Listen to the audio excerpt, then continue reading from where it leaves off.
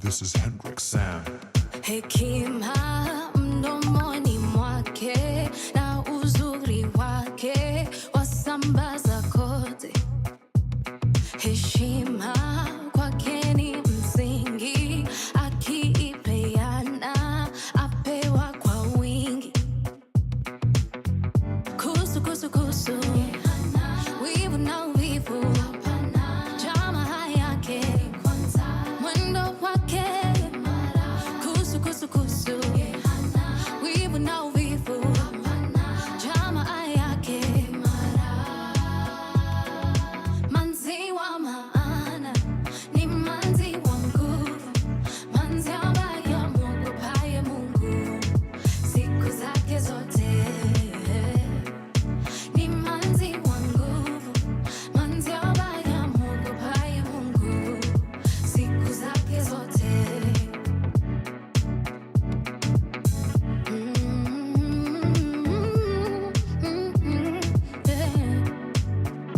Kazi zake ni za kuvutia, lote afanyalo afanyia Mungu, na ukweli ndiyo nguvu yake. Maombi moyoni yamuimarisha, na ujali wa mwingine chake yeye haki, usichana wake hadi wawe. Jali wa mwingine chake yeye haki, usichana wake. Manzi wa maana ni manzi wa nguvu, manzi ambaye amwogopaye Mungu siku zake zote. Ni manzi wa nguvu, manzi ambaye amwogopaye Mungu siku zake zote. Maana ni manzi wa Mungu, manzi ambaye amwogopaye Mungu siku zake zote. Ni manzi wa nguvu, manzi ambaye amwogopaye Mungu siku zake zote.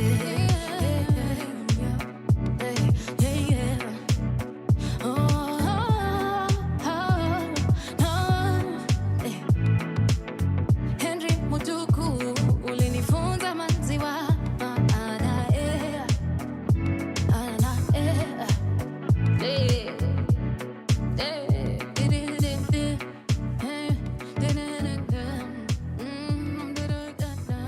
From sunrise to sunset, all day and night. Power Radio.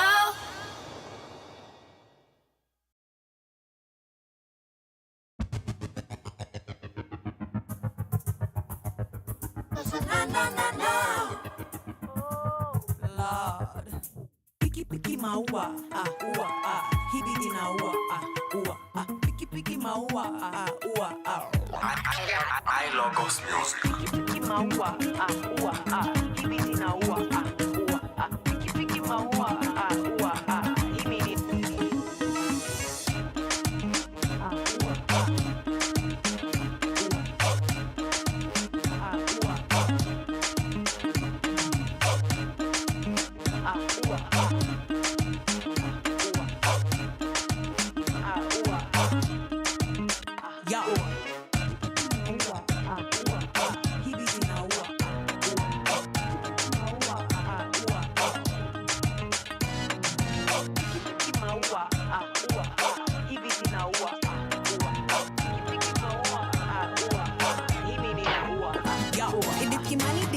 One day she would grow to be a known worldwide presenter. Victoria Kimani didn't know that she would kill the show, run Lagos before Nairobi felt out.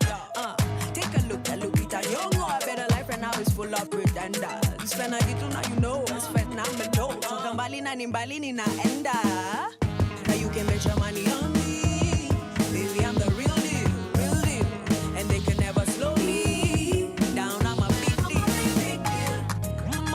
Mama told me sit down.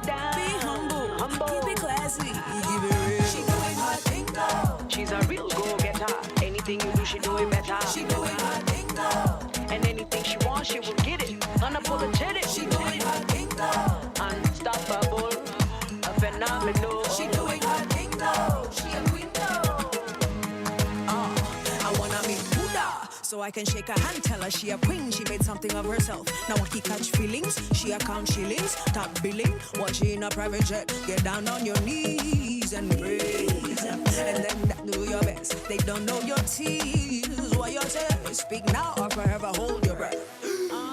Now you can bet your money on me, baby, I'm the real deal, and they can never slow me down. I'm a big deal. Mama told me, sit down, be humble, keep it classy like Victoria. She doing her thing now. She's a real go-getter. Anything you do, she do it better. She doing her thing now.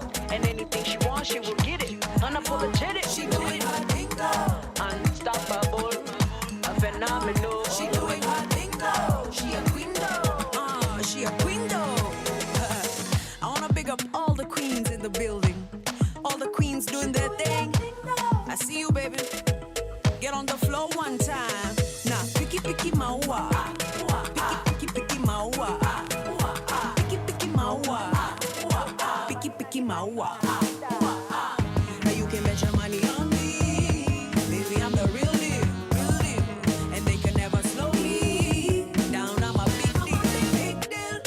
Mama told me, sit down, be humble, keep it classy, give it real. She doing her thing now. She's a real go-getter. Anything you do, she do it better. She doing her thing now. And anything she wants, she will get it. Unapologetic. She doing her thing now. She's a real go-getter. Anything you do, she do it better. She doing her thing now. And anything she wants, she will get it. Unapologetic. She doing her thing now. Unstoppable, a phenomenal. She doing her thing now. She a queen now. She a queen now. I logos music.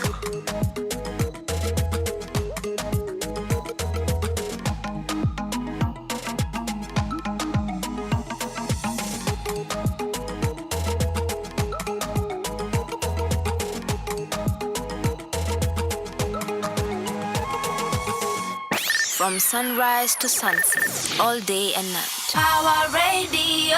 Alrighty, hello everybody. Happy Friday. Welcome to the Power Puff edition.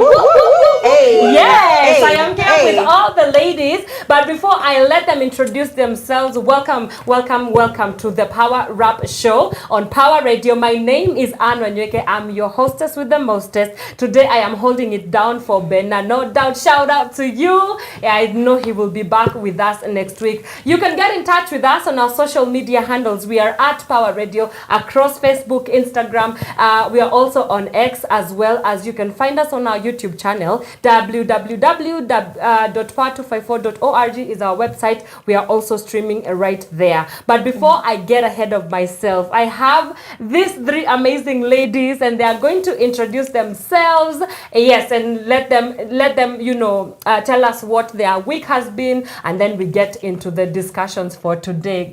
We start with the one that is on my immediate right. The millennial, the one with the peace sign. The one with the peace sign. First of all, makosa, ujasema the Wanyoike. Okay. Mbona unajifanyia hivyo? No, introduce yourself again. Fix it. To be right now. Yes. Say, my name is the Wanyoike. The Wanyoike. Yes. And now that the Wanyoike has introduced herself, I am Caroline Murote. Me, I'm just a girl, guys. Okay. Yes. So how has my week been? Yeah. Eish. It's been okay.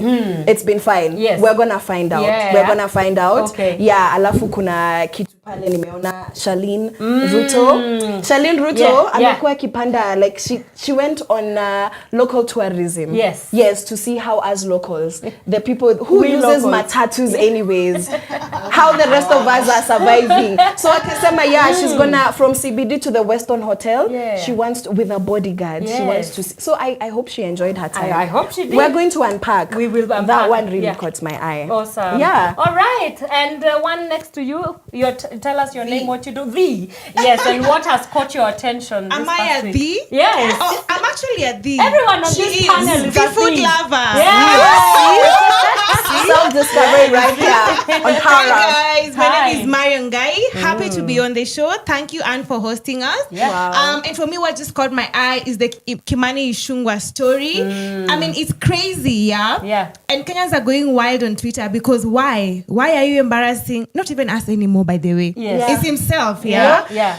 And another thing for me is that the BBC story about women, women who decide to be child-free. And I just look forward, to unpacking that and having the conversations, on what women really want. Yes. Do you want short hair? Do you want chocolates? Do you want to be... Everyone we on this just don't panel want to has diet. We just want to be, okay? Yeah. Oh, thank you. Thank you. Yeah. Awesome. And V. Hey. Njeri Mwangi. Hey. Hey, guys. You guys, you better treat me with respect from this point going forward. Do you understand? Hey, You know listen. people. Oh, I know people. Come on now. Hi, Njeri. Hi. How are ya? I'm very fine, We thank love you. the razzmatazz going Oh on. my God. I had this all made up At this point, yesterday. are you the show? Is the earring the show? She's Who like, is the show a right moment now? for the girl. It's what women want. This woman, yes. this is what she wants right now. Love So to this see is my it. face, Love to like see as it. in Sura. Yeah. Ya leo. Yes. I am the, last but not least, Yes. I am the Njeri Mwangi. And I'm very happy to be with you ladies on this show today. Yeah. Well, what caught my attention this week? I think my highlight, Jameni, was that Kimani Ichung'wah interview. Oh. Unawawasha, guys. Brother man, Medi just mopped the face all of of it. the London with Yes. his face. Yes. You know, It's crazy. he was not prepared. Yeah.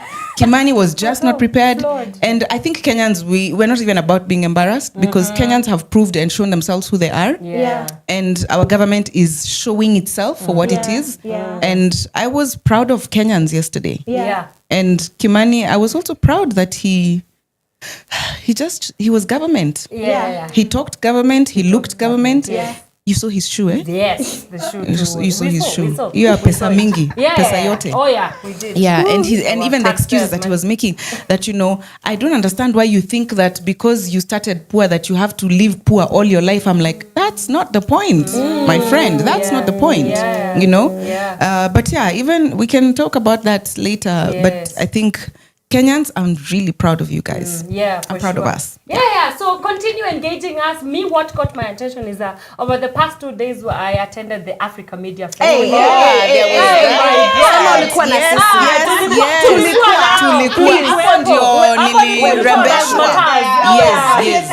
Yes. Oh, it was beautiful. Is there anything that you guys want to share from the whole 2-day conference festival? Oh my goodness. Yeah, there were people from other countries, guys. Yeah. Wakenya hakunichokesha jana, but I love you guys. Please, whatever I'm going through is personal. I'm projecting, has nothing to do with anybody, but I loved how serious it was in the sense that that person was flying out the next day. And I'm like, this is a serious thing. It is. I am a serious person and we're here to talk about serious things. And it was very young people talking about creativity and media spaces and how to put ourselves out there. And honestly, I felt very inspired. Like we actually need to do more. And there are so many people with the same stories who needs to be out there and take advantage of this platform. So mkisikia Africa Media Festival, the next edition, you better be there. It's worth every single cent. The food was great, honestly. Yeah, it was. It was. Yeah, and hopefully next year Power Radio is gonna be presenting. For sure, we shall be there next year at different levels. I think for me, what caught my attention at the Africa Media Festival was first the diversity of people that were there from all over Africa. It was such a rich pot of creativity and culture, exchanging of ideas, and even the speakers were all from different countries. So it was not just Kenyans sharing; we were sharing continental wisdom, skills, and all of that. Then even the way the spaces had been named, they had been named in different countries, cities, and I was like, wait. What's happening here? Because I came in a little late. I was like, what's happening here? So when somebody told me something is in Dakar, I'm like, what? when? Senegal? What event are we talking about? We're international. Me, I'm just looking for an event here today. Stories at Dakar, CG. So it was very interesting that the spaces were named in different cities of Africa. But also another thing that caught my attention is how far we have come with technology, you know? Yes. Some of the presentations that were being made about, for me, I think I'm at a phase where I'm really intrigued by artificial intelligence. It's taking over. And it's taking over, and I feel like it's a truck coming at me. I'm like, wait, let me move everything so that I board. I am on the track. I need to be outside of the track so that I board this thing. Otherwise, I feel like it's coming to crash. It's a scary and exciting thing at the same time. I just need to pack up everything so fast so that I jump onto this train. And the opportunities and how it's simplifying a lot of things. So the excitement of how it's simplifying all of that, and the excitement of the way it's bringing in very new things. Then I met this lady who's doing special effects makeup. Wow. Yo. We saw that. Prosthetics on another level. Completely. It's amazing. I found that to be so amazing. And she does it with such passion. I was like, it's dark. But like, okay, I see. It's transforming film, and it's amazing. It's amazing. It was such a melting pot. I also think just the same with Carol, just being in a room full of different people from across the continent, and hearing the different shared and sometimes very different experiences as well. It's like we are one people, but then we are not in some regard. So that was really, really amazing. So let's jump right into it, and we start off with Marion's story. Yes, the one for the BBC did about a lot of young women on the continent of Africa choosing to go child-free. Right. So when you hear about this movement of the child-free, the child-free movement, what first comes to your mind? And should we even be? Is it a conversation to have right now? Wow! It's such a heavy topic to talk about. But I want to say that initially it was something that I was not open to having a conversation about. But the more I read stories of African women, the more I read stories of young girls and women, I realize that women have a right actually to just choose who they want to be.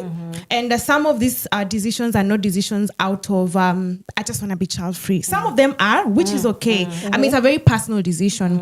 But I've been privileged to read the stories of women from Joanna Thatcher's book. Forgetting the name. Confessions of Nairobi Women. And I realized that there are women that would say not to have children at all. But if you look at their stories, there's stories of so much pain. And for me, I like to look at it from a point of empathy, that I don't know if that was me, what I would have done. So I'm not going to judge a woman because they've decided not to have a child because of whatever reason.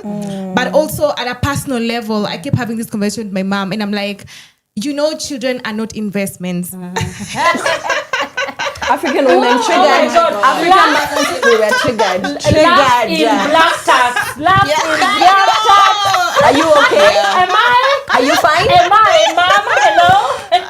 So I keep telling my mom that children are not investments, and even as young people, we need to understand, and even the modern woman, that as you decide to have a child, you and your partner, you're having them because you want to bring them up and contribute to the growth of the society. But you're not having them because you want them to start buying new cars and whatever. If they want to, that's okay.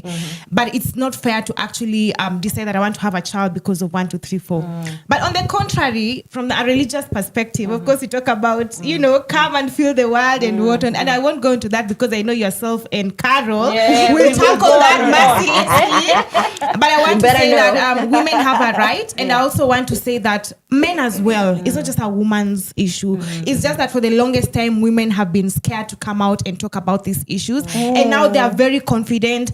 We are also having a lot of support, from health facilities, campaigns to support their decisions.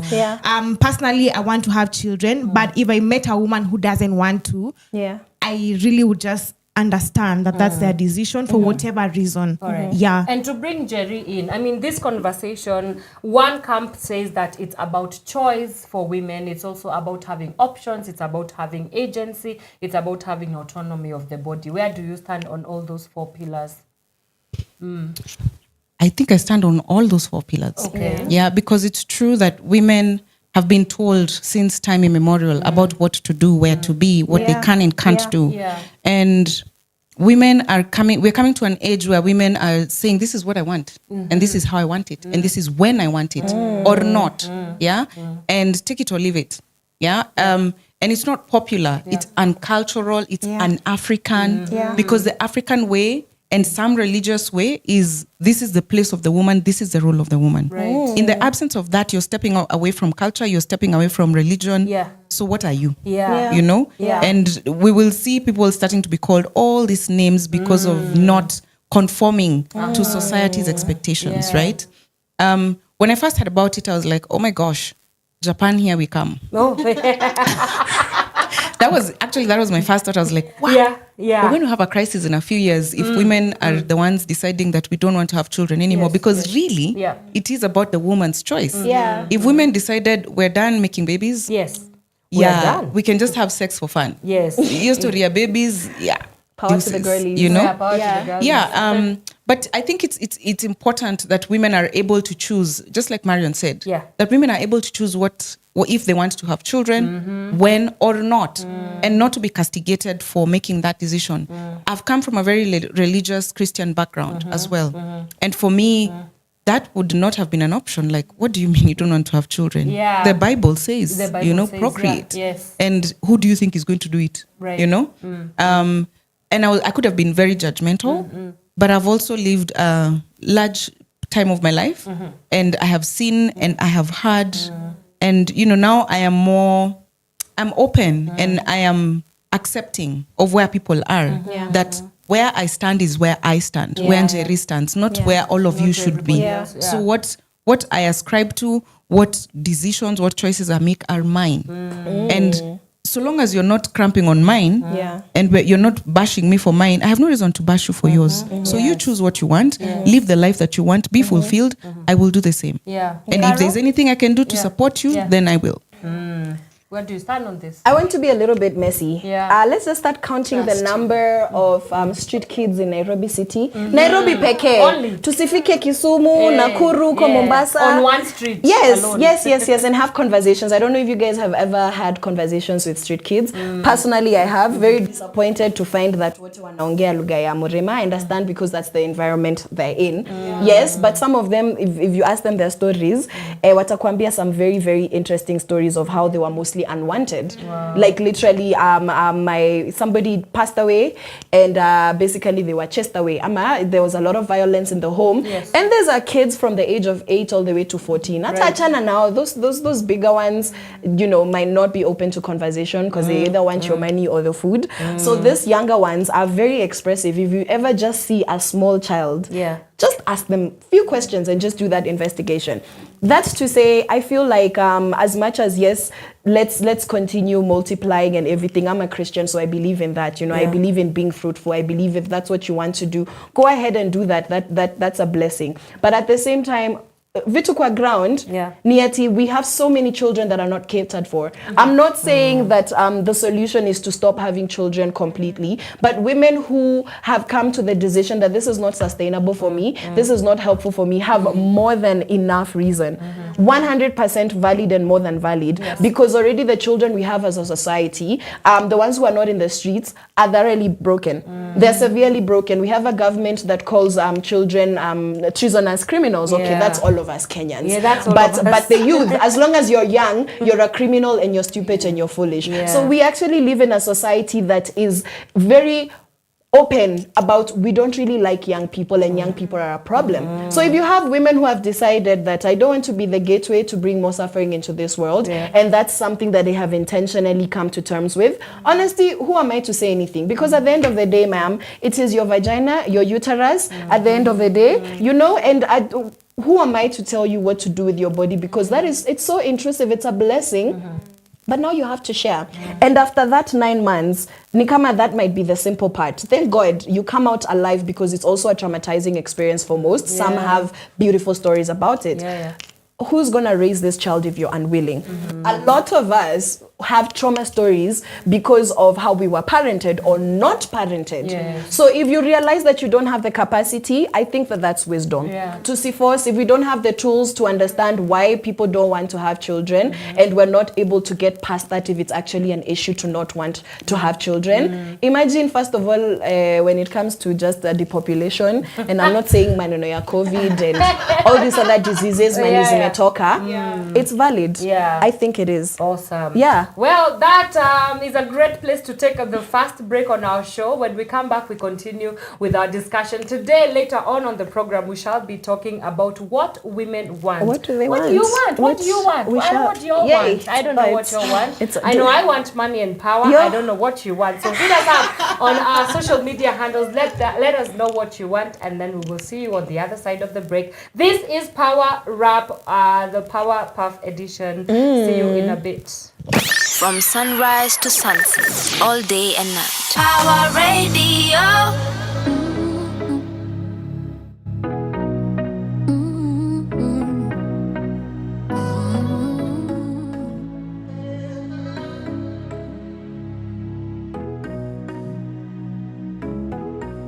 This is Hendrix Sam. Misikatai, unanidai, akiwalahi, ninaogopa sitadinai. I want you to lie, ni vile I'm trying to find good love, baby, baby. I'll be the one for you.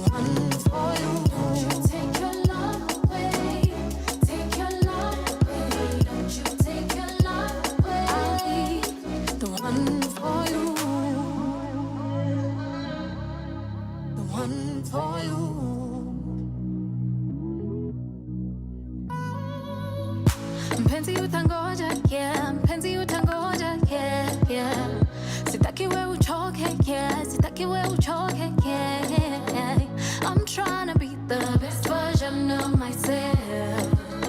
If you wait for me, I don't need nobody else. I'm trying to find good love, baby, maybe, and I'll be the one for you,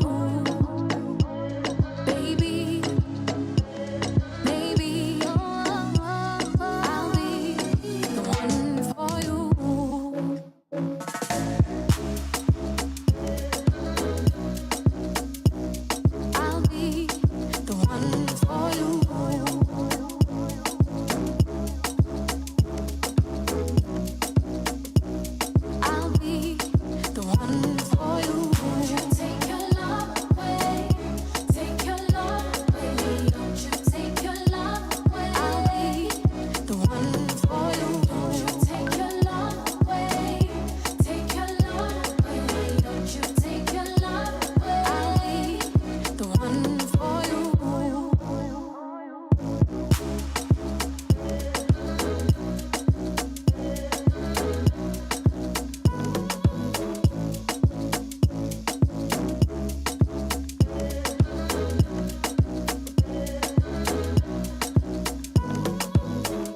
From sunrise to sunset, all day and night. Power Radio.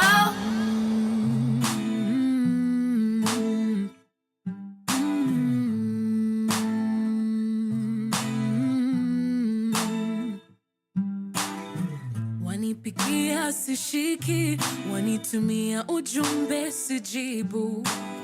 Sijui ni kwa nini, I wish ningekuwa na majibu. I don't want to disappoint you, so I would rather avoid you. But Believe me, I feel you. Na ni kweli ninajaribu, lakini moyo wangu huenda du. Every time I think of me and you, I'm afraid that I am going to love you. Then later I am going to lose you. Moyo wangu huenda du.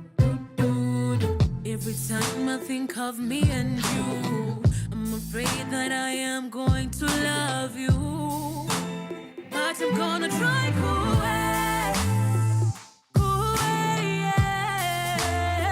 and give a chance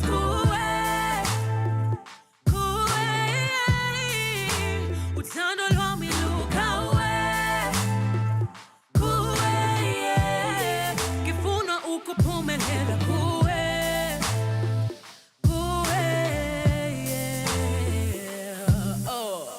My brain goes 100 miles an hour. I think of everything that could go sour. My heart really wants this to work out, and I'm terrified of getting a blackout. Lord, forgive me, I have been running away from my true feelings. And it's time to stop being afraid and face my true self. Lakini moyo wangu huenda du. Every time I think of me and you, I'm afraid that I am going to love you. Then later I am going to lose you. Moyo wangu huenda du. Every time I think of me and you, I'm afraid that I am going to love you. But I'm gonna try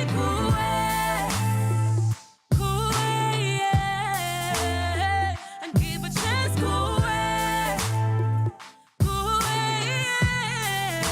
Utando lwa miluka Kifuna ukupumelela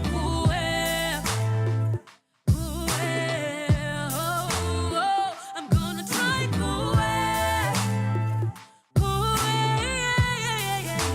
Utando lwa miluka Utando lwa miluka Kifuna ukupumelela Kifuna ukupumelela Kifuna ukupumelela Kifuna ukupumelela Love to you. From sunrise to sunset, all day and night. Power Radio.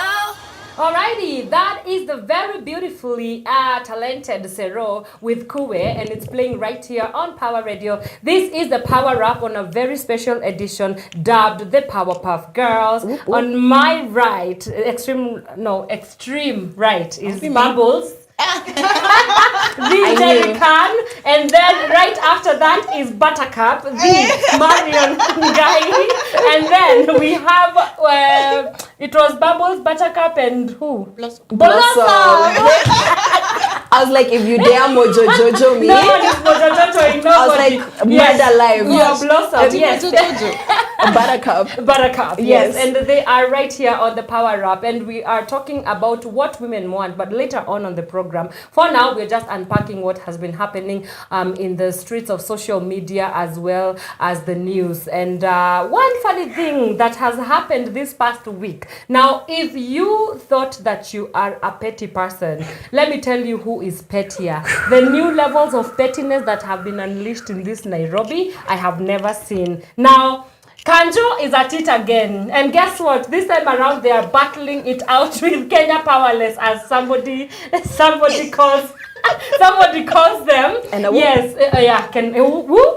So this is what happened. City Council, of course, they use power, right? But I don't know where taxpayers' money go, but they do not be paying the bills, okay? So 3 billion shillings worth of bills have not been paid to Kenya Power and Lighting Company. And so what does KPLC do to retaliate? cuts the steamer. You know how they do. Then, of course, kata simu. Then, because Kanjo cannot just sit back and, be disrespected like that. Yeah. They decide, let's do what? Let's give something. Yes. Ile wimbo yenye tuliban. Taka. Exactly. Literally, what a waste, and pun intended. But like... garbage in, garbage out. They decided we are going all the way to KPLC offices at Ngara, and they trashed the whole area. Yeah. So the trucks broke down. Oh yeah, it was an accident. They clamped the cars there. And clamped the cars, guys. Yeah. This is your government, by the way. I just want to let you know. I mean, what are we? How embarrassing is this? This is the government. It's not my government. Oh, it just happens to be the government, not yours. Space. Yeah. Mine. It's the government. Yeah. What is that? I don't even know where to place that. Yeah. It's where do you who sat down and thought that this would be a great retaliatory response? Yeah, let's start with Njeri. Let me tell you. Yes. Tell us. Able to ambia, by the way. I was shocked beyond. I thought it was funny. Yeah. And it kind of is funny-ish. Yeah. Okay, but then it's funny. Too serious. Like, Are you serious? Yes. Yeah. Mr. Governor. Like, what? Yeah. And the people of KPLC, like, what is this nonsense? Yeah. Somebody needs to be the bigger person. Somebody needs to be an adult and do the right thing. Go into the office, meet and talk these things out. But if you start literally putting each other's trash out and every pun intended there. Yeah. Hey. Yes. Yeah. We're going to go low and low and low and low because who is to say that the next thing that will be unleashed, we pay, like you said, we pay taxes. Yes. Right? Yes. Yet tumelipa. Because even those cars that were clamped, I'm not on anyone's side. I'm not on KPLC side. I'm not on the Kanjo side. I'm just like, come on, guys. Find a way. This is childish, beyond childish. Even children agree, fine, kaa nayo, cheza nayo kidogo alafu nipatie. Yes. Can you guys just sit down and agree on the way forward? It's embarrassing. And it's government to government. Yeah. Now that even makes it more worse, But then it makes me very scared that if government is not paying, which they have not been for a long time, then even these bills and bonds that we put our money in, are they safe? Are they safe? Yeah. This money that we are paying for healthcare, for pension, is that money safe? And I know that is a whole other thing kind that we're going to. So let me bring myself back. But these guys need to grow up fast. Are you embarrassed to be a Kenyan today, Marion? I am so embarrassed. In fact, when I saw that, I was just like, what in the circus is this? Yes. Yeah. And I think for me, the confidence that Nairobi County had to come out and say, like any other taxpayer, if you don't pay your money, we also come and do that. We clamp your cars and whatnot. And it looks like, for me, it's actually just show off of power, who has more power than the other. But at the end of the day, who really is facing the pain of all that circus? Because as Nairobi citizens, we expect that our governor, aka Mr. Dimples, should be working for us. So I even asked myself, yani waliamua kakaa wakasema taxpayers money, we'll lose fuel, we'll lose everything, we'll go and do that instead of serving Nairobi City County citizens. So for me, I don't even want to look at it as a point of, yes, it's an issue of power, but in terms of service delivery, if government can do that to government, as a citizen, like Njeri said, how am I able to trust the government to serve me? In my estate, when something is going wrong, so government will come and open all sewages, then what? In fact, you're actually violating my health rights and the environmental rights. It's stop right there. So for me, I think it's very embarrassing. And such things even go up to regional level, international level. And like we saw in Kimani Ichung'wah, wanamuuliza basic things about you shot young kids. Anasema, will you believe the Kenya Human Rights Watch or myself? I mean, so arrogantly and ignorantly on the global stage. And that's how we start here at home. And just to end it, yesterday, Myra, one of our colleagues, posted that in Uganda, if you behave badly, they say stop behaving like a Kenyan. I saw that. We all saw it. Guys, I saw that. Wow. So Myra just forwarded to the group. Trash garbage in Uganda as well. We should not try us. You guys want to start an East African war? I know, right? Someone tell Uganda. You're inciting guys, they will fight. Yes. Yeah, so that's my take on that. Right. Carol. Embarrassed? Yeah. Honestly, not Understatement. you're not my monkey, not my circus. Okay. But we're Kenyans. Yes. That's the problem. You want to disassociate yourself with this foolishness. Then you remember this is my government. Nimeva this flag, this coat of arms, the people that represent the state. They're literally throwing trash. And honestly, you know when they say that art imitates life? First of all, on our TLs, it was just funny. It was pure comedy. It's catharsis. We laugh at every serious thing because what else are we gonna do? Are we gonna kill ourselves? We can't beat these people. They're grown men. Yes. Maybe we should be able to, but anyways, I'm not advocating for violence, please. I didn't say these things. These things were never said. What I do want to say is that these are the true colors of the people behind the scenes. So for me, what I'm thinking about is how are we going to create systems of leadership that is sustainable intellectually before anything else? Because we do have systems qua ground that are supposed to be working, but it's the people that are running these systems. Yes, because if this is how they're solving problems, guys, I'm not waiting for anybody to save me aside from Jesus, but that's personally me. I cannot, because these people have shown us time and time again. It's like being with a man mwenye anakuchapa kila siku is cheating on you, pia nakupea mimba alafu anakuachia. And then you're like, no, he loves me. He loves me. Like, what do you want to be told? What do you want to be told? To realize that the people who hold the systems of power don't actually have your best interest at heart. And they don't care about anything. And they say that there's no honor among thieves. Yes, because you said you don't know where taxpayer money goes. Me, I know. Yeah, I haven't seen it in anybody's account. But I know. But you know, I know, but my sources, let me protect my sources. Me, I know where it goes. And they're the ones knocking literally the lights out of each other, literally taking the trash out. Why'd you toy water? Why'd you toy? And I'm just interested in, can we just regenerate new humans? Yes, new humans. That's the solution. Right. Uko kwingine sijui because ni kama hapa kuna kuanga na shida. Kuko na kashida. Yes, and engage us, and I want us to give a shout out to some people who are tuning in. DJ CJ, I can see you. Shout out. Shout out. He's saying that you girls are looking amazing. Always.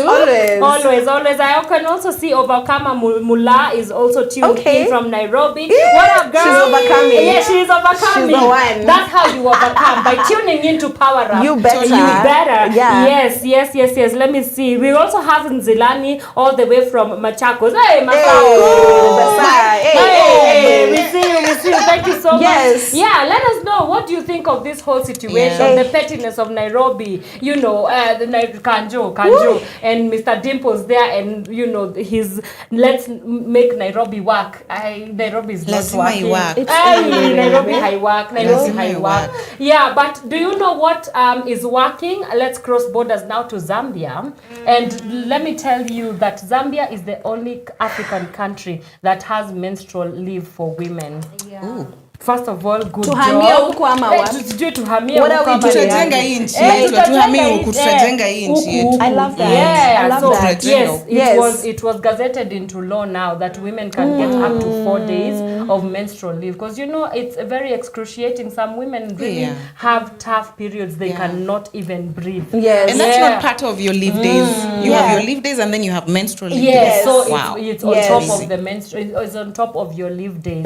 Yeah, is it a win for women in Zambia? And I believe it is. Yeah? Actually, globally, yes, because that sets precedence. It shows us that this is something that they have recognized as, you know, you put it into policy. Why? And the rest of our governments, you know, they like to copy paste things that look good. Please, our politics, to make yourselves look good. You like to look nice. This is how to do it. This is how to get all the girls. Yeah, and also the maternity leave. I think here some countries don't even have that long of a maternity leave. You hear it's 8 weeks. I'm like, 8 weeks. 8 weeks, guys. 8 weeks. That's not enough. Who's making these policies? Is it women? Men, of course. It's mostly made by men. I want to say it's a very big step for Zambia, and I was actually just Googling, and the other countries have actually done it. So we have Taiwan, South Korea, Indonesia, Italy, Philippines, Spain. Beautiful. And as Kenya, I think it's something we can actually take up as a country into our policies. And particularly for me, I'd say even before we get to the policy level, at the organizational level, because as Kenyans also, we like to blame the government a lot. But when you come at your household level, when you come at your organizational level, those things are not being implemented. So for me, So for me, I believe we have to start this culture in our organizations, in our businesses, in our any area of, conducting business, so that from there now we even say that because of this, actually women are able to perform better. And it's not even an issue of bargaining for them, but it's just an issue of good practice. And we understand that a lot of women go through hormonal disruption during their period. Some people have endometriosis. People suffer from endometriosis. PCOS. People have even lost their jobs because of that. And even for me, beyond just menstrual period, menstrual leave, I'd encourage that even women who are going through things like endometriosis, somebody cannot terminate you on the grounds that you have endometriosis. It's something that's how you live with it, you live with it, you have no option. You cannot drop it at home one day and come to work without it. So for me, even just looking at issues surrounding women menstrual health that affect them, their well-being, is very important, so that we are able to incorporate the policies holistically. Also, just looking at issues like even considering working from home. You may remote working for women at certain periods, or women who are even going through, things like endometriosis and the likes, so they can still perform, they can still participate in economic, activities, they can still do their businesses, they can be employed without discrimination. So it's a good step for Zambia. Happy for them. And Kenya, I hope you're watching. Please, Kenya copies all the wrong things. You know what we're focusing on? Putting up billboards of Gloria Oroba. It changes outfits every 3 months. I am so mad at that. We are on Have the you third seen one. that billboard, Njeri? Yeah, that's what we are doing. That's everywhere. How much does it cost? That's what we think policy is. Exactly. Billboards are expensive. If you invest that money into even providing free sanitary towels. Let's talk about that. I wanted to say that you can imagine how much money is used to put up the billboard if you convert it into pads. The most affordable pad is about 70 bob, 80. How many girls are going to benefit from that? And also pads are free in other countries. Might I say this? Yes. Where? And others are tax free. I forgot the countries. We check it. We have relatives there. Our tampons were being chased in the finance bill. And I'm sure this year it's not better, any better. Me, I've always wondered and felt like I have a lot of feelings about how much we have to pay for pads. And we don't have a choice about having our period, right? It's not a luxury. I choose to have sex, but condoms are everywhere. So when the urge hits me, I can grab a condom for free. Those are easily available. But whom do they serve the most? It's these men, right? Yet we don't even have free pads or tax-free or like really affordable. Really affordable. The government should take up a lot of that cost. In fact, knock it off. Because we don't choose to have these periods. Like condoms, they're those ones you can go and buy in the store. And they are Featherlight and blah blah blah. And they have different prices, right? And there's the free ones. So even for pads, they should be free. And then you can decide if you want this, that, whatever. Then you can go and pay for them. There's those options. So I think, and I feel bad that it is not a conversation that even the said Gloria is having about everything from subsidizing to making them free. Even to the marginalized women in the village, in the urban areas, the rural areas. So I expect so much more from these women representatives, but I'm not getting it. And let's talk even about there are women who have girls in informal settlements. They are forced to sleep with men so that they can get money to purchase pads. So you see, we are really shooting ourselves in the foot here by not discussing issues that are pertinent to women. But I also want to say that as we have women in leadership, and I think it's time for us to just stop ticking boxes of having women to look like there's a woman. Let's have flower girls. Let's have women who are pushing for pro-feminine policies. Because if you look at the policies we have, most of them are not pro-women. Yet there are women in parliament. Gloria Oroba is busy here with PR, with her billboards everywhere. But she's not pushing for any substantial policy that is going to support young girls and women. Instead, we are having more taxes being added on pads. So I want to tell us girls, what we want as women is women who are working for women, who are pushing for women policies. That's right. And as I add onto what they've just said, I just want to add a bit of context, because you said informal settlements. Actually, this is happening even in the urban spaces, because sijui kama mnaweza ita mlolongo ushago. Ushago. It's a semi. Yes, so this is a research that has been documented. Yes, that I came across a couple of years ago, where students in the schools there by Mombasa Road, opposite Mlolongo, basically come out of class. Girls in primary school and high school, the day schools, they run, and sometimes they're as young as 9, 12 years, 11 years, and they go into these tracks, the long distance trackers.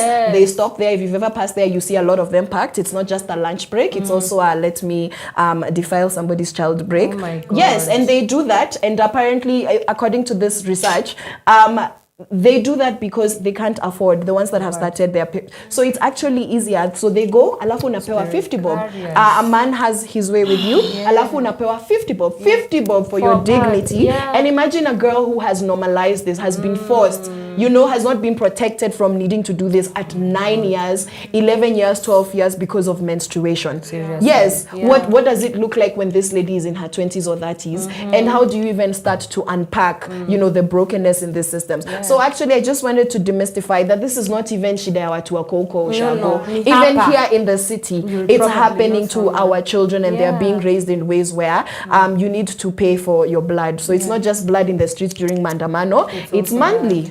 Every week, every month, you're paying for your blood by giving your body away. But and even that the risk continue. of getting pregnant, at that same age, some of them prefer to get pregnant. They prefer that. A lot because of, then you don't bleed. Yes, especially street women. A lot of them, that's why they have 2, 3, 4, 5 babies, because they help them beg better, but also they say they prefer because for those 9 months, based on what they've understood and how they've been socialized, and you can't blame them, that's the level of exposure they have. They actually, and these are conversations I've had with a lot of street women, they prefer to be pregnant because there's more sympathy, and when you have little children, you're more likely to get help. So they actually choose because it's better than bleeding on the pavement. That's horrible. Yeah. So if you thought that this country is broken, it's more broken than you might think. Yeah. So it's quite precarious. But before you move to the next thing, Gloria Oruoba. Yes, this is a let's talk. We just want to talk. This one is for you. Yes. You have the influence. You have the power to turn this around. We know your face.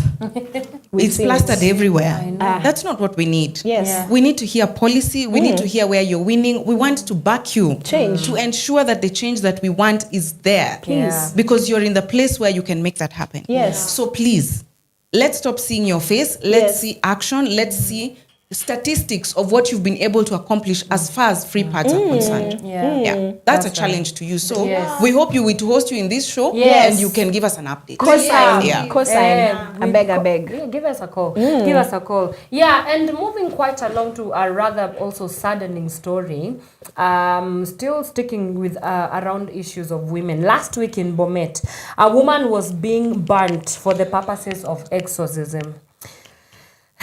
Now, yes, there's this church. It's called the Bethel Church, and I could see 2 men holding the woman and taking her through fire because she was demon possessed, and they believe that fire is an exorcism, tool. Wow. Yeah, and it begs a question about, first of all, these churches. They've become too much sometimes. Like, it's embarrassing, please stop. I'm a Christian myself, but what is that? Yeah, and then the violation, this is not the first time we are seeing religious institutions also oppressing women in that way. Yes. Yeah, So we need to have a conversation about that. No, there needs to be checks and balances. First of all, as staunch Christian. I wear it on my forehead like this. It's even a problem. That's not Christianity. It's not. Let's first be honest. Msichome watu wenye, you know, you read your Bible and you understand what's happening. Do you understand? Also, sasa mnanichoma ndio mtoe demons, yet the demons exist in fire. See, that's where they thrive. See, they're enjoying. No, if it's logic we're going with. If it's logic. Hell is hotter than your fire. Like demons, that's where they come from. That is their habitat. So like, tell me the reason. I don't even have much to say. I want a corner to scream vizuri. Please, let's stop parading some of this nonsense as Christianity.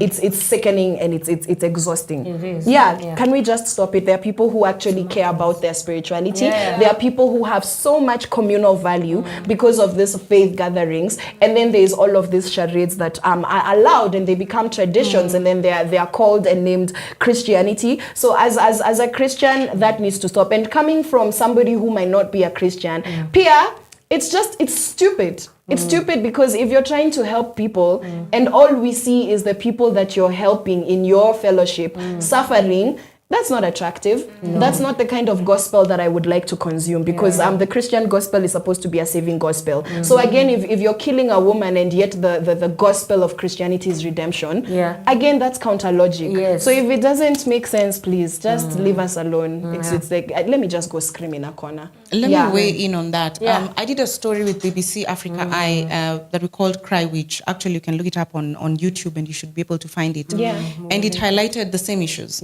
That old people are being burnt in the name of witchcraft. But here's my take.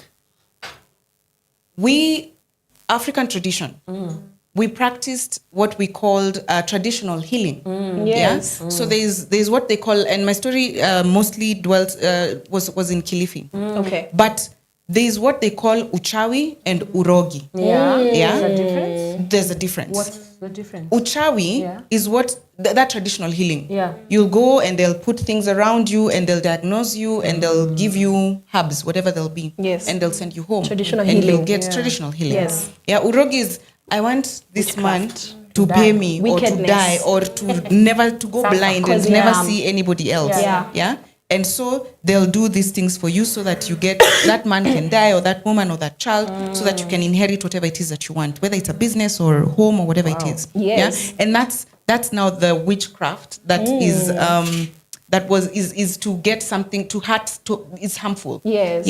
But back to the story about people using traditional healing and now being called witches. What we found out in Kilifi is people want land. So it's an issue of land. And even in Nairobi, even in these urban cities, you've seen people saying that their mothers or their fathers, once the other parent has died, they are senile, they are incoherent, they must be declared mentally unstable so that they can have the power to go and change documentation and sell property or own the property of their parents so that it doesn't come to them as an inheritance. Rather, they can't wait. They're just like, Mzae umeishi sana bana. Masa, I need this land. I want to sell it. Si upumzike. And they have killed their own parents. So even in the village, back in the village, even in Nairobi, in the cities, it is happening that people are killing their parents so that they can get, I don't even want to say inherit, so that they can take their parents' property. And what is sad is that in Kilifi, for example, the laws do not protect elderly people at all. Actually, if you're called a witch by anybody in your family, it is a death sentence. It gives the community permission to come and get rid of you because you looked at my chicken badly. That's why I didn't lay an egg yesterday. Because some kid went riding a motorbike and they were drunk. And of course, they got into an accident in the ditch or died.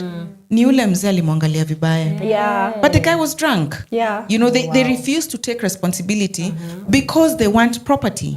So the law should be able to protect this practice of banning elderly people. And it's mostly elderly people. Look around, do your research. It's mostly elderly people. And it's not that they have so much always.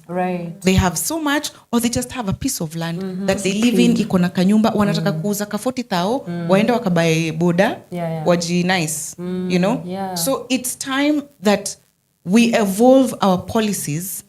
Legislation needs to keep up with the times. That we are not practicing 1933 laws that don't serve us in 2025. Right. And we can't keep referring to them. You know? Yeah. The law needs to change with the times of the land so that we can be able to protect our people. Because what was then is not what is now. Now we have AI. Now we have so many things that were not there then. How do we adapt to these times? That's right. Yeah. Marion? Wow. I think for me, what is just running in my head is, where is the place of accountability in religion? Sometimes, and I'm a very staunch Christian as well, but sometimes I accept that I'm not that Christian that is blind to accountability and having honest conversations. Yes. Because I like to compare politics to religion, because they have the same principles of manipulation, of the way they convince people. It's like they try to feel, it's like they want to feel a hunger in people that no one else can feel.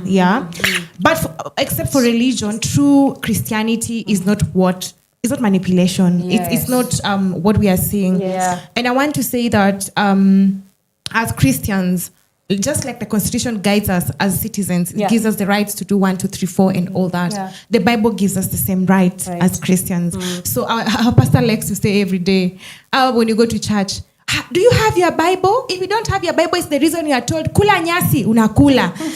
And just don't have it, read it and understand. But also we don't want to assume that these women in the village or wherever are sold the same gospel that we are sold to, or rather the same gospel we read in the Bible. Maybe it's mixed with something else. But I want to talk about the place of accountability in the church, because the lack of accountability and regulation of these religious institutions is what leads us to this. Because if churches, and I know this conversation was there, and churches were like, no, we cannot do that. But also God loves accountability. God holds his people accountable. So if the church accepts regulation, it means we reduce such ordeals, because there's the law that now says you cannot do, like she's saying, you cannot do 1, 2, 3, 4 in the name of religion. Also, the church will define what is Christianity and what is not, based on the truth of the gospel. So I feel like that's my take. And we cannot run away from accountability, because even that, when Christians say we want to regulate the church, and sometimes we keep on saying we're defiling the body of Christ, that is part of defiling the body of Christ. Sometimes the lack of accountability actually leads to the defiling of the body of Christ. Like she said, now people think that is what Christianity is. But that's not what I know. That's not what the Bible says. So it is very unfair. And lastly is that it's unfortunate that women are usually the victims of politics and religion. Women don't wanaliponga 50 bob who vote in bad leaders. It's women who are called in church to even do things. I ndo wanakuwa abused. I want to say sexually, because we've seen clips of women, you know, a pastor getting his hands in their private parts and whatnot. Delivered of demons. And sometimes I wonder, how comes men do very bad things, but they're not demon possessed? But it's logic for them. It's who they are. And they're not exercised by being touched. Ukundani. So for me, a lot of women have been abused in church, even raped and whatnot. And I'm not saying it's the same for men, but it's very prominent in women's lives. And we have to start thinking about accountability and regulation. Otherwise, then we are not solving these issues. And accountability and regulations on both fronts, either from law, spiritually as well, all levels. Because there has to be a multi. You know, in this country we like multi-agency, whatever. Big words, big terms. There has to be a multi-agency, whatever. To inject. But let me give a shout out to Maina Maureen Wamaida. She's tuned in. Shout out to you. She's saying powerful conversations. Man, these ladies have such incredible minds. You let us know whether you want them back on the panel. Please tell us. But I think it's a good place to take a breather. And when we come back, we get now into our topic of discussion. Today, we are going to be talking about what women want. I don't even know what I want, and I'm so excited to hear what my 3 panelists want. So this is definitely a conversation you do not want to skip. We will be right back after this short musical break. Do not touch. No, I was going to say not touch that dial, and then I remembered we've moved on from those things. Don't move a muscle. We'll be right back. You're telling your age. It's showing. From sunrise to sunset, all day and night. Power Radio.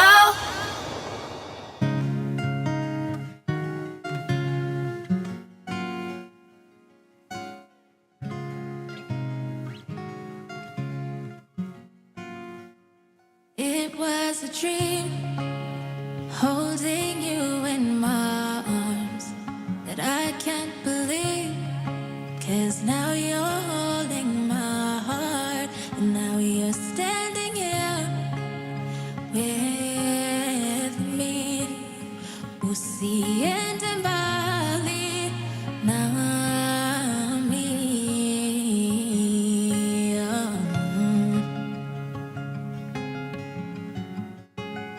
Nikiwa na wewe mi sitaki mingine. Nipe mkono nikupende milele. Nikiwa na wewe mi sikosi lolote. Mini wako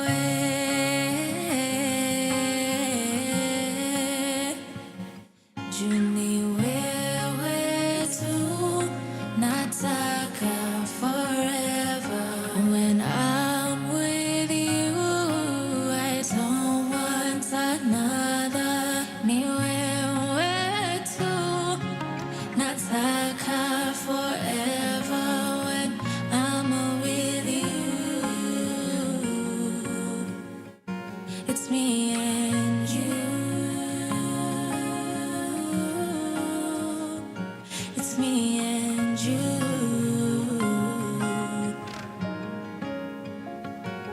Even when I'm not with you, still my heart sings it true. This simple melody for you.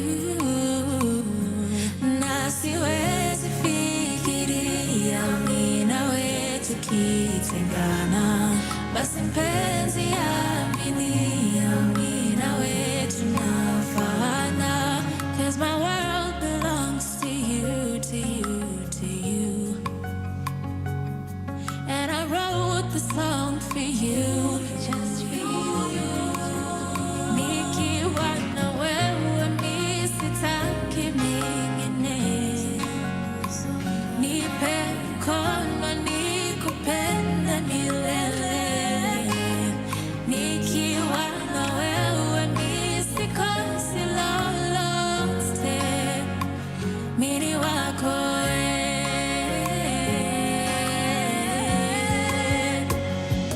Juni wewe tu nataka forever.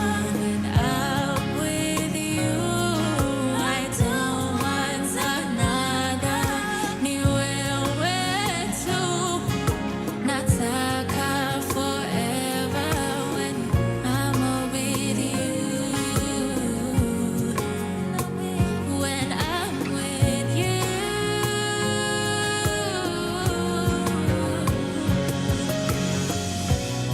your love it colors me, shades of gray or golden hue. The way it feels with you now, nimeridhika. Once you call my name, every single wall you've got me breaking for you.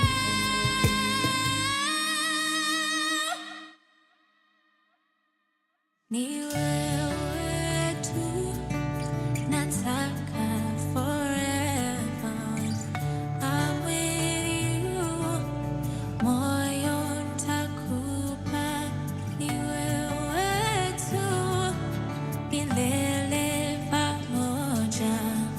'Cause you make me feel, you make me sing.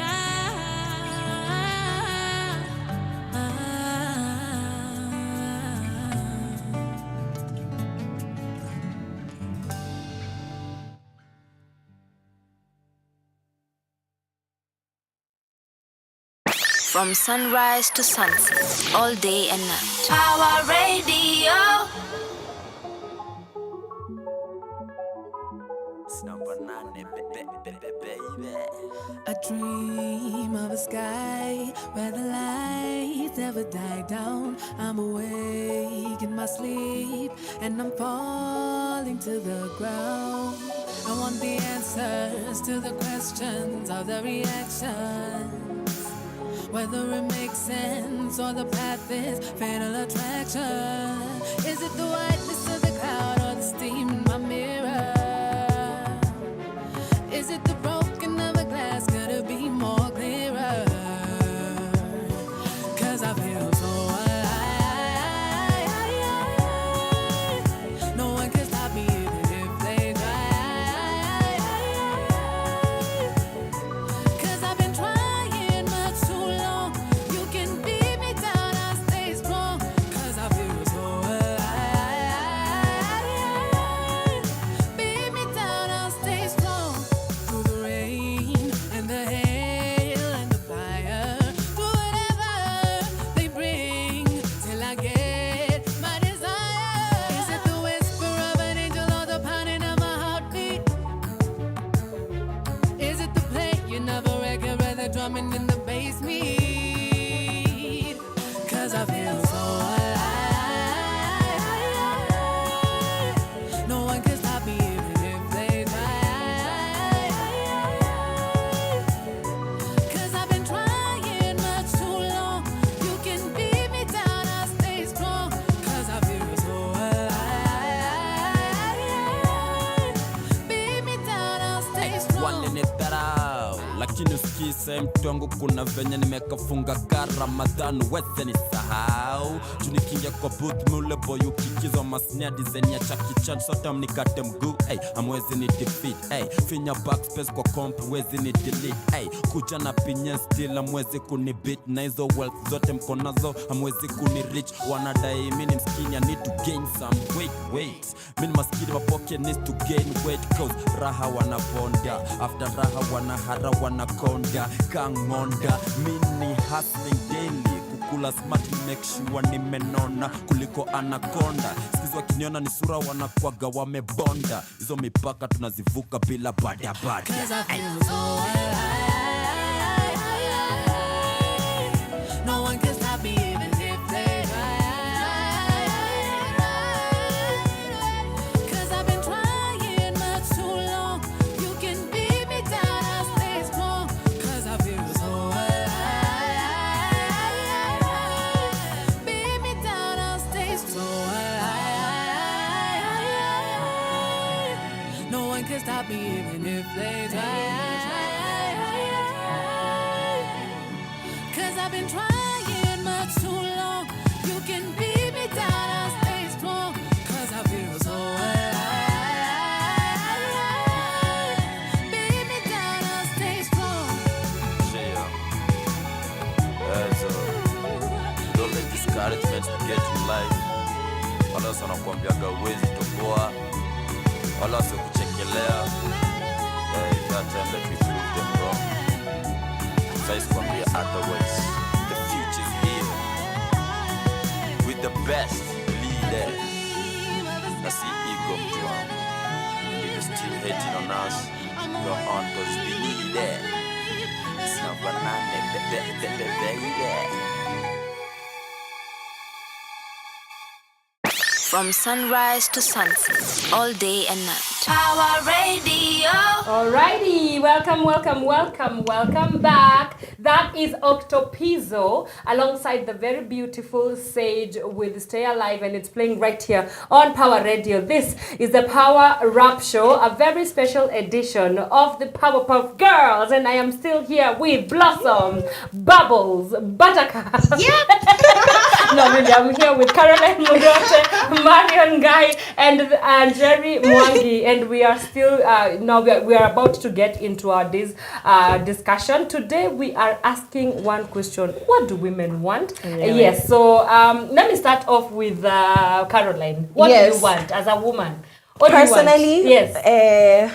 Economic empowerment. Okay. Yes. I want to say equal rights, but honestly just rights that go across, because I think the thing that really upsets me is, just walking around the streets of Nairobi, just very close to home. Ama ushago yetu pale Gashie, and seeing shoshos with their backs bended over, and you can see this is somebody who has done 60 plus 70 plus years na bado amebeba gunia. That breaks my heart. And the fact that, like, as an individual I don't even know where to start. So a society that does not allow that to happen, and a society that now, starting from when ladies are young, when they're entering into the workspace, just the same opportunities that the other creatures in society, our brothers, are offered. Yes. And I feel like now I'll just be a happy girl. Yeah, a happy girl. Like, personally, what I want is for everybody to love Jesus. Okay. I want a man that loves me, preferably from the elect side, like what romance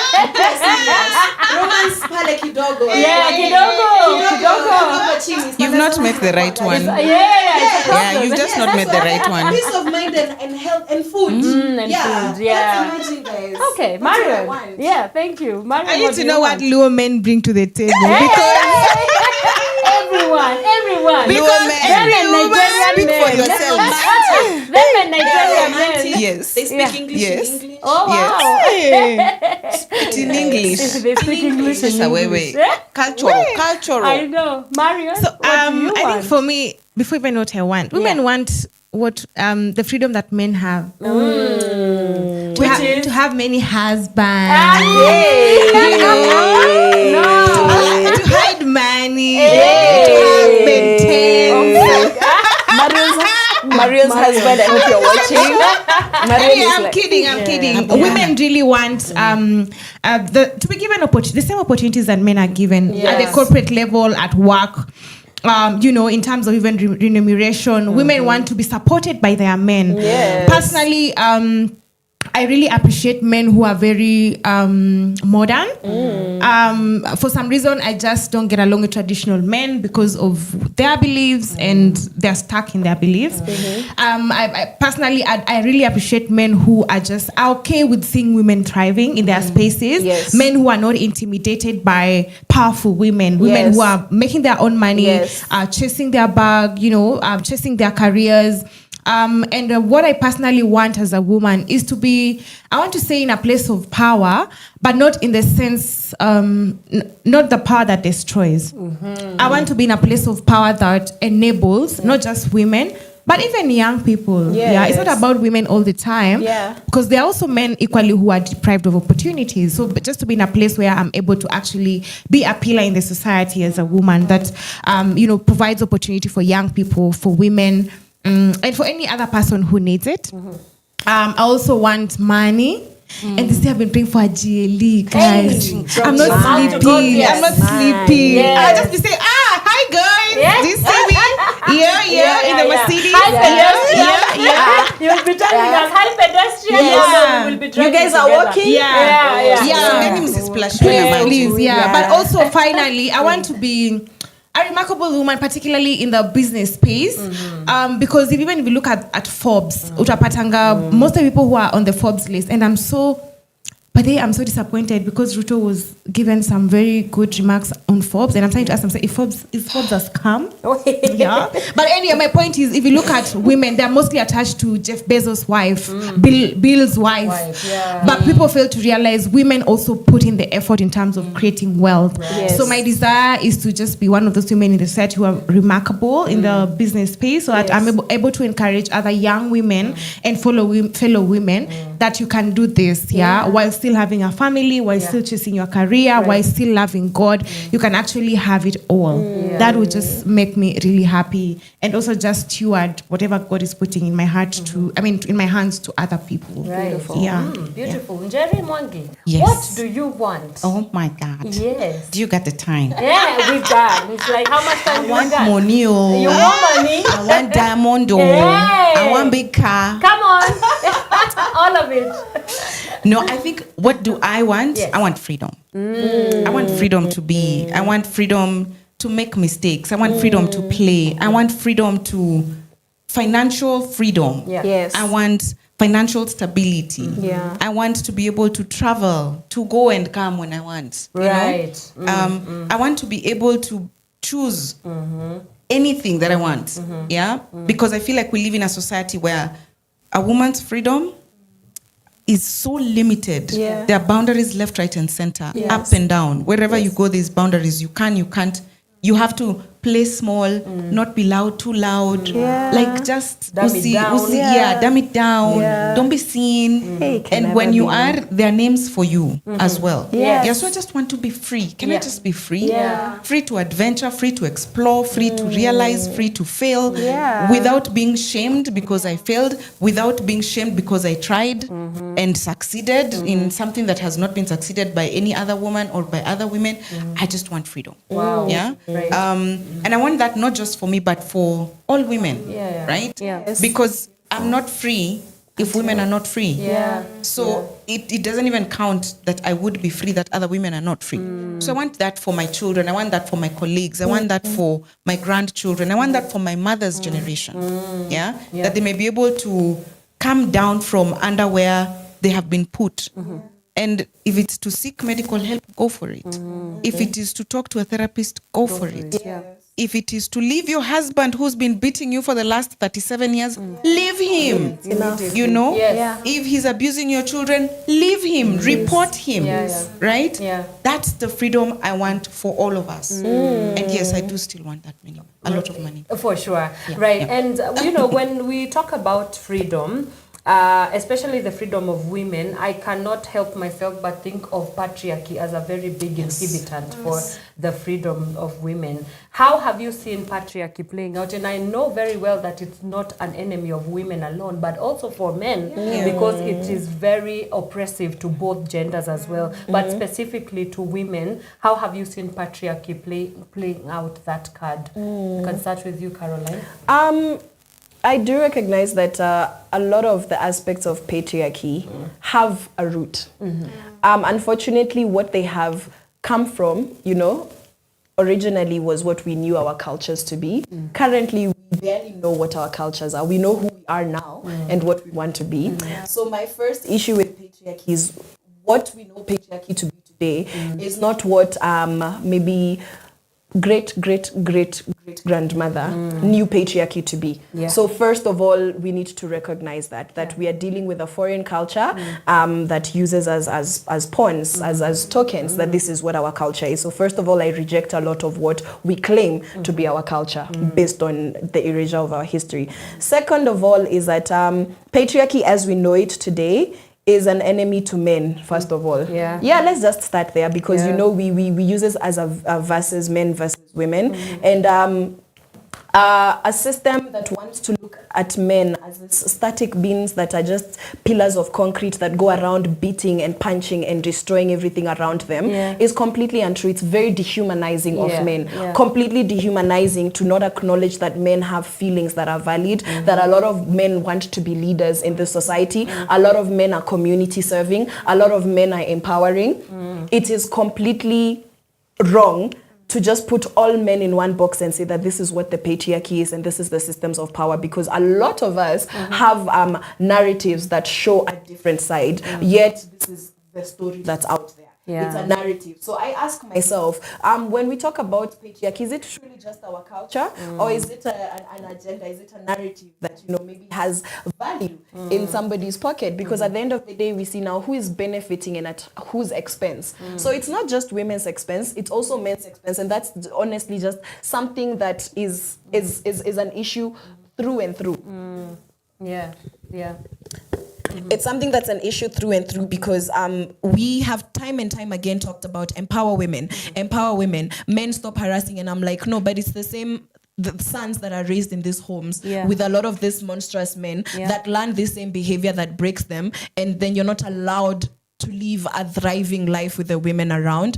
And so for me, I just want to look at it with, just a structural perspective of history that, first of all, we have it all wrong and we need to go back before we even say what's wrong with the patriarchy now and how toxic is it now. What is the patriarchy? What should it be? And then now we can talk about all the things, and I'm sure that you ladies are going to go into that because it is an ugly system as we know it, but what we know is foreign. It's not initially who we are as a people, because it means then Africans are just horrible people and men everywhere are horrible. And I refuse to believe that half of creation are just horrible people. So that's a different perspective and take on that. Yeah. Marion? Oh, wow. Talking of just patriarchy, while you were talking, I have a friend of mine that actually I think I'm going to cut off. Yeah. Because we studied with him in campus. Okay. He was very pro-women and whatnot. But all of a sudden, he really hates women. And sometimes I wonder, why don't you marry yourself? Who hurt him? What happened? Yeah, because even yesterday we were having conversation and he was so furious of why women in Nairobi don't prefer getting married because they're successful in their career, why women are now in a movement. Then I remember telling him, and he argued about, this is a Western thing that is wants to destroy, families. And I told him, you realize that the things you are fighting against are actually freedom for women, for most women. And I told him there's a very thin line between westernization and freedom for women. You cannot call freedom for women westernization just because as a man you feel like you must be in control and you have to be in control. And I remember one time he actually told me, you cannot talk to my wife because he is married to, I think he married a very young lady who's 22, 23. And I remember telling him, this lady she doesn't even know what she wants. Because as a woman, when you grow up, you realize that, wow, I should have done things better. As you grow up, you make better decisions. You choose better men for yourself.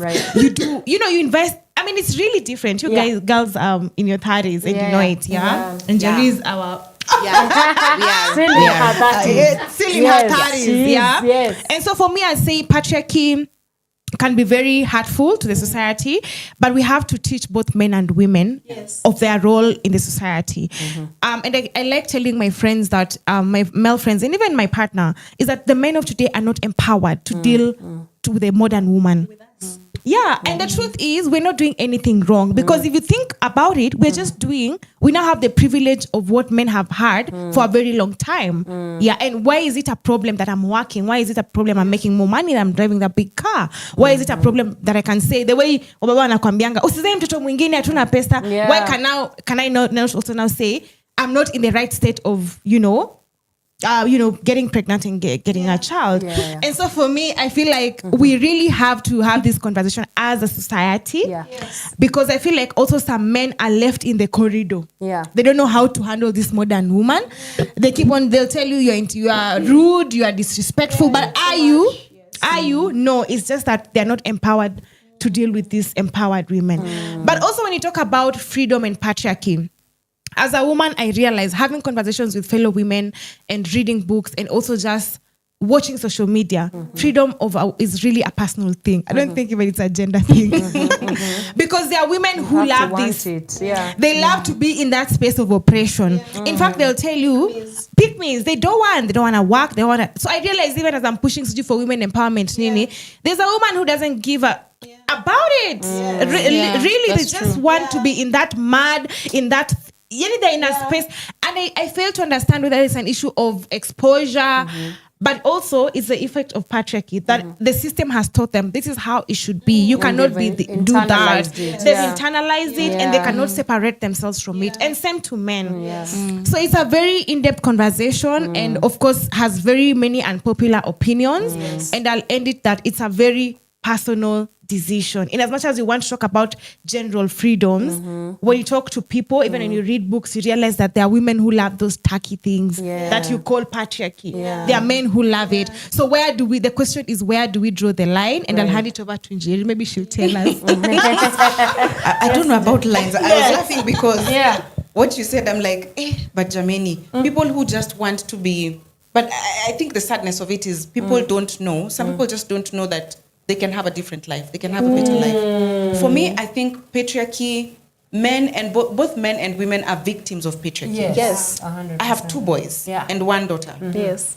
In my household, anyway, there's no patriarchy. The boys do the dishes. It's very uniform who does what. Yes. And nobody says, no, why isn't she doing it? Yeah. Because when it's not her turn, she makes sure that what needs to be done is done. Yes. You know, she calls them, yo, come. Do it. It's getting late. The dishes have to be done. You can't go to bed before you do the dishes. And I really like that. Yeah. And when you're talking about not the men have had their way for far too long. They've become so accustomed to that right now, with the wake of women, they're feeling threatened. Yeah. And there's some very, very insecure men out there that only see women as traditional. This is what you're supposed to be. Be in the kitchen, cook, take care of the children. You're here to serve me. Feed me here and here when I want it. Yes. When I want it.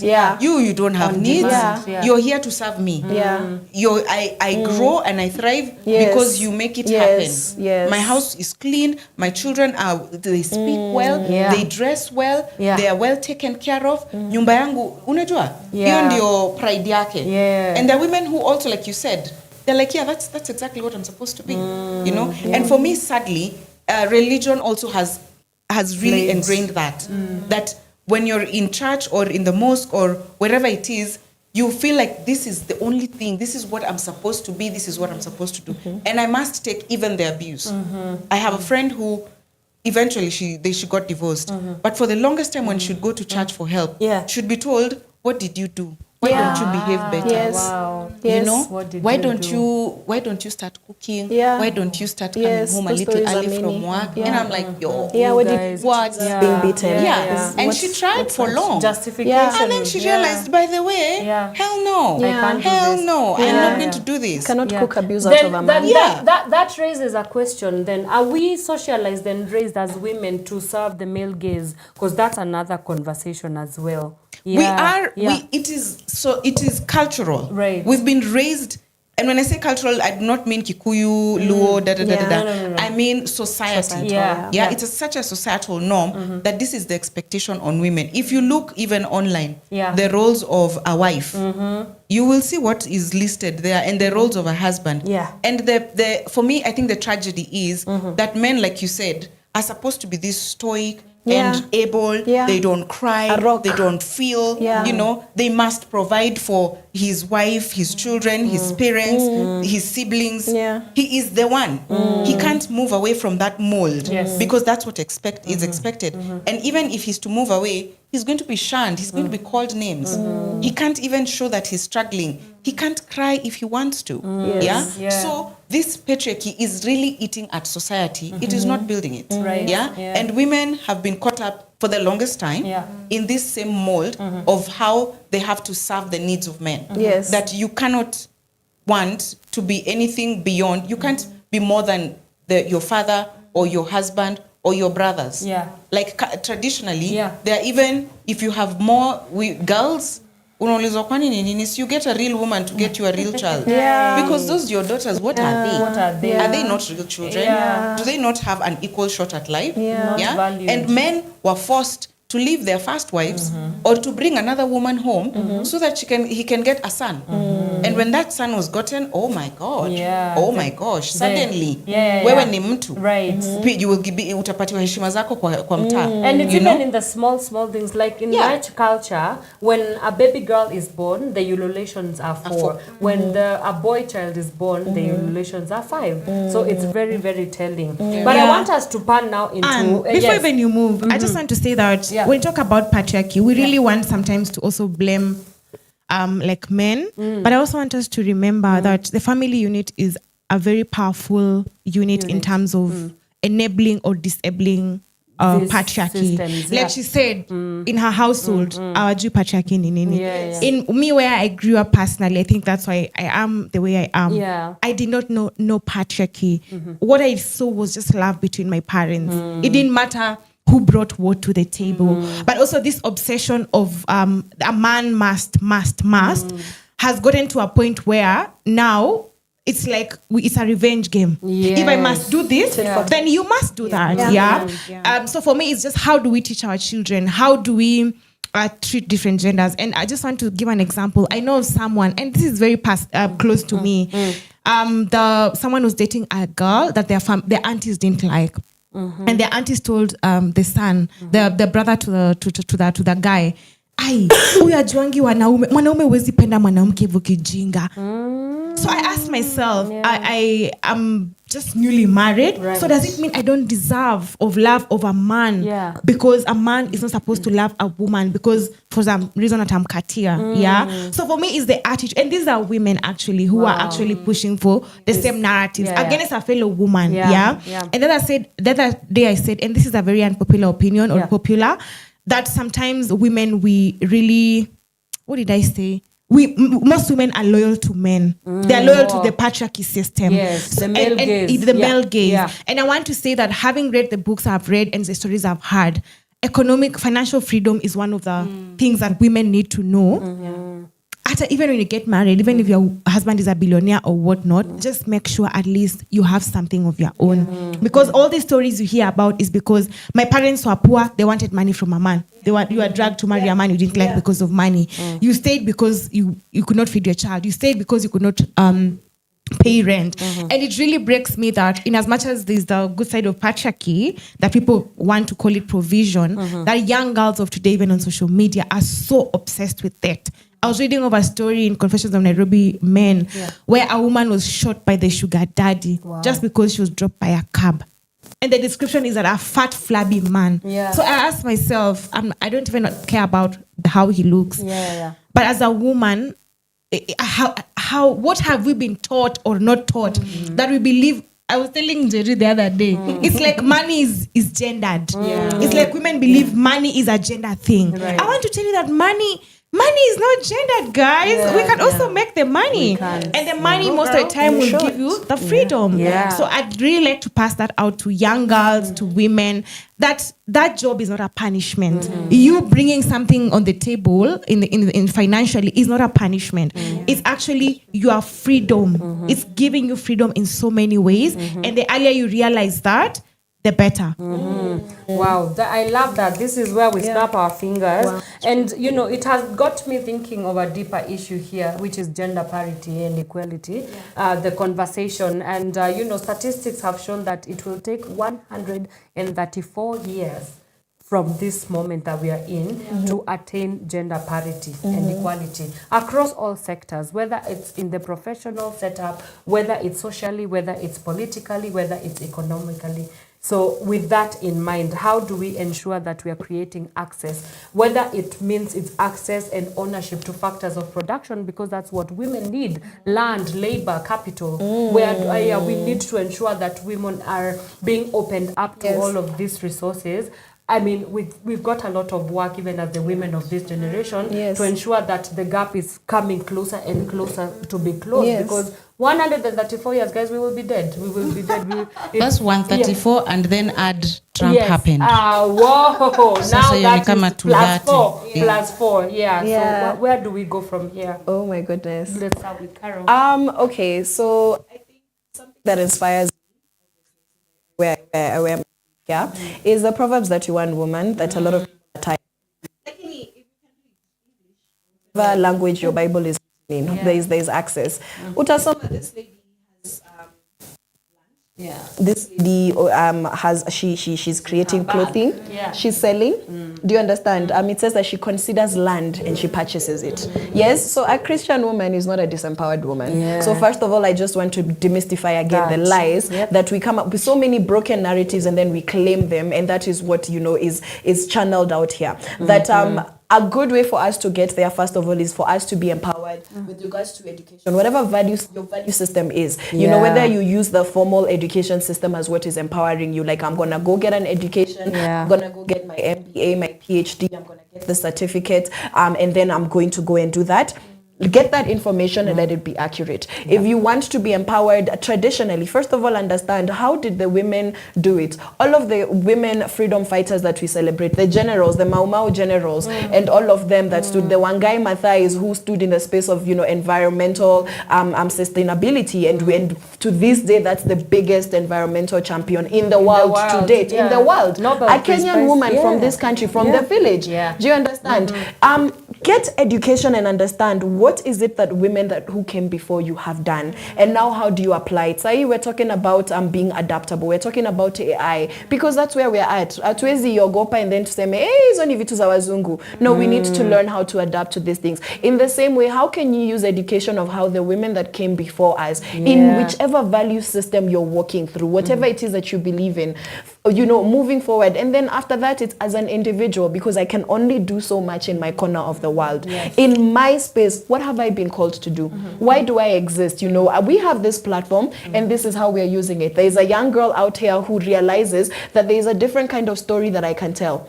And so in that space, if that's the kind of line they want to take with their career, that's the kind of content they want to create, already we have done today's work of doing our part. So it's to recognize that your part is small, but across the globe, if we all share that mindset, we will get there eventually. And also just to have hope and to understand that the work that you do now would not necessarily bear fruit now.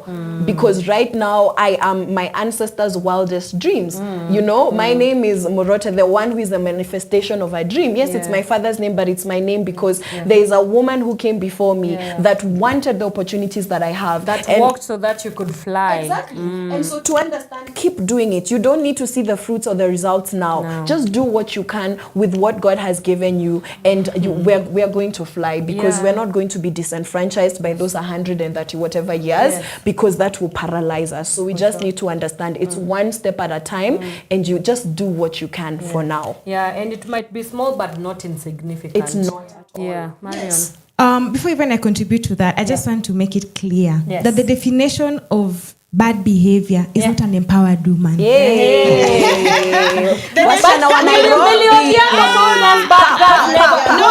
Girls don't get let's not come for Millie. We like Millie. Millie is for us.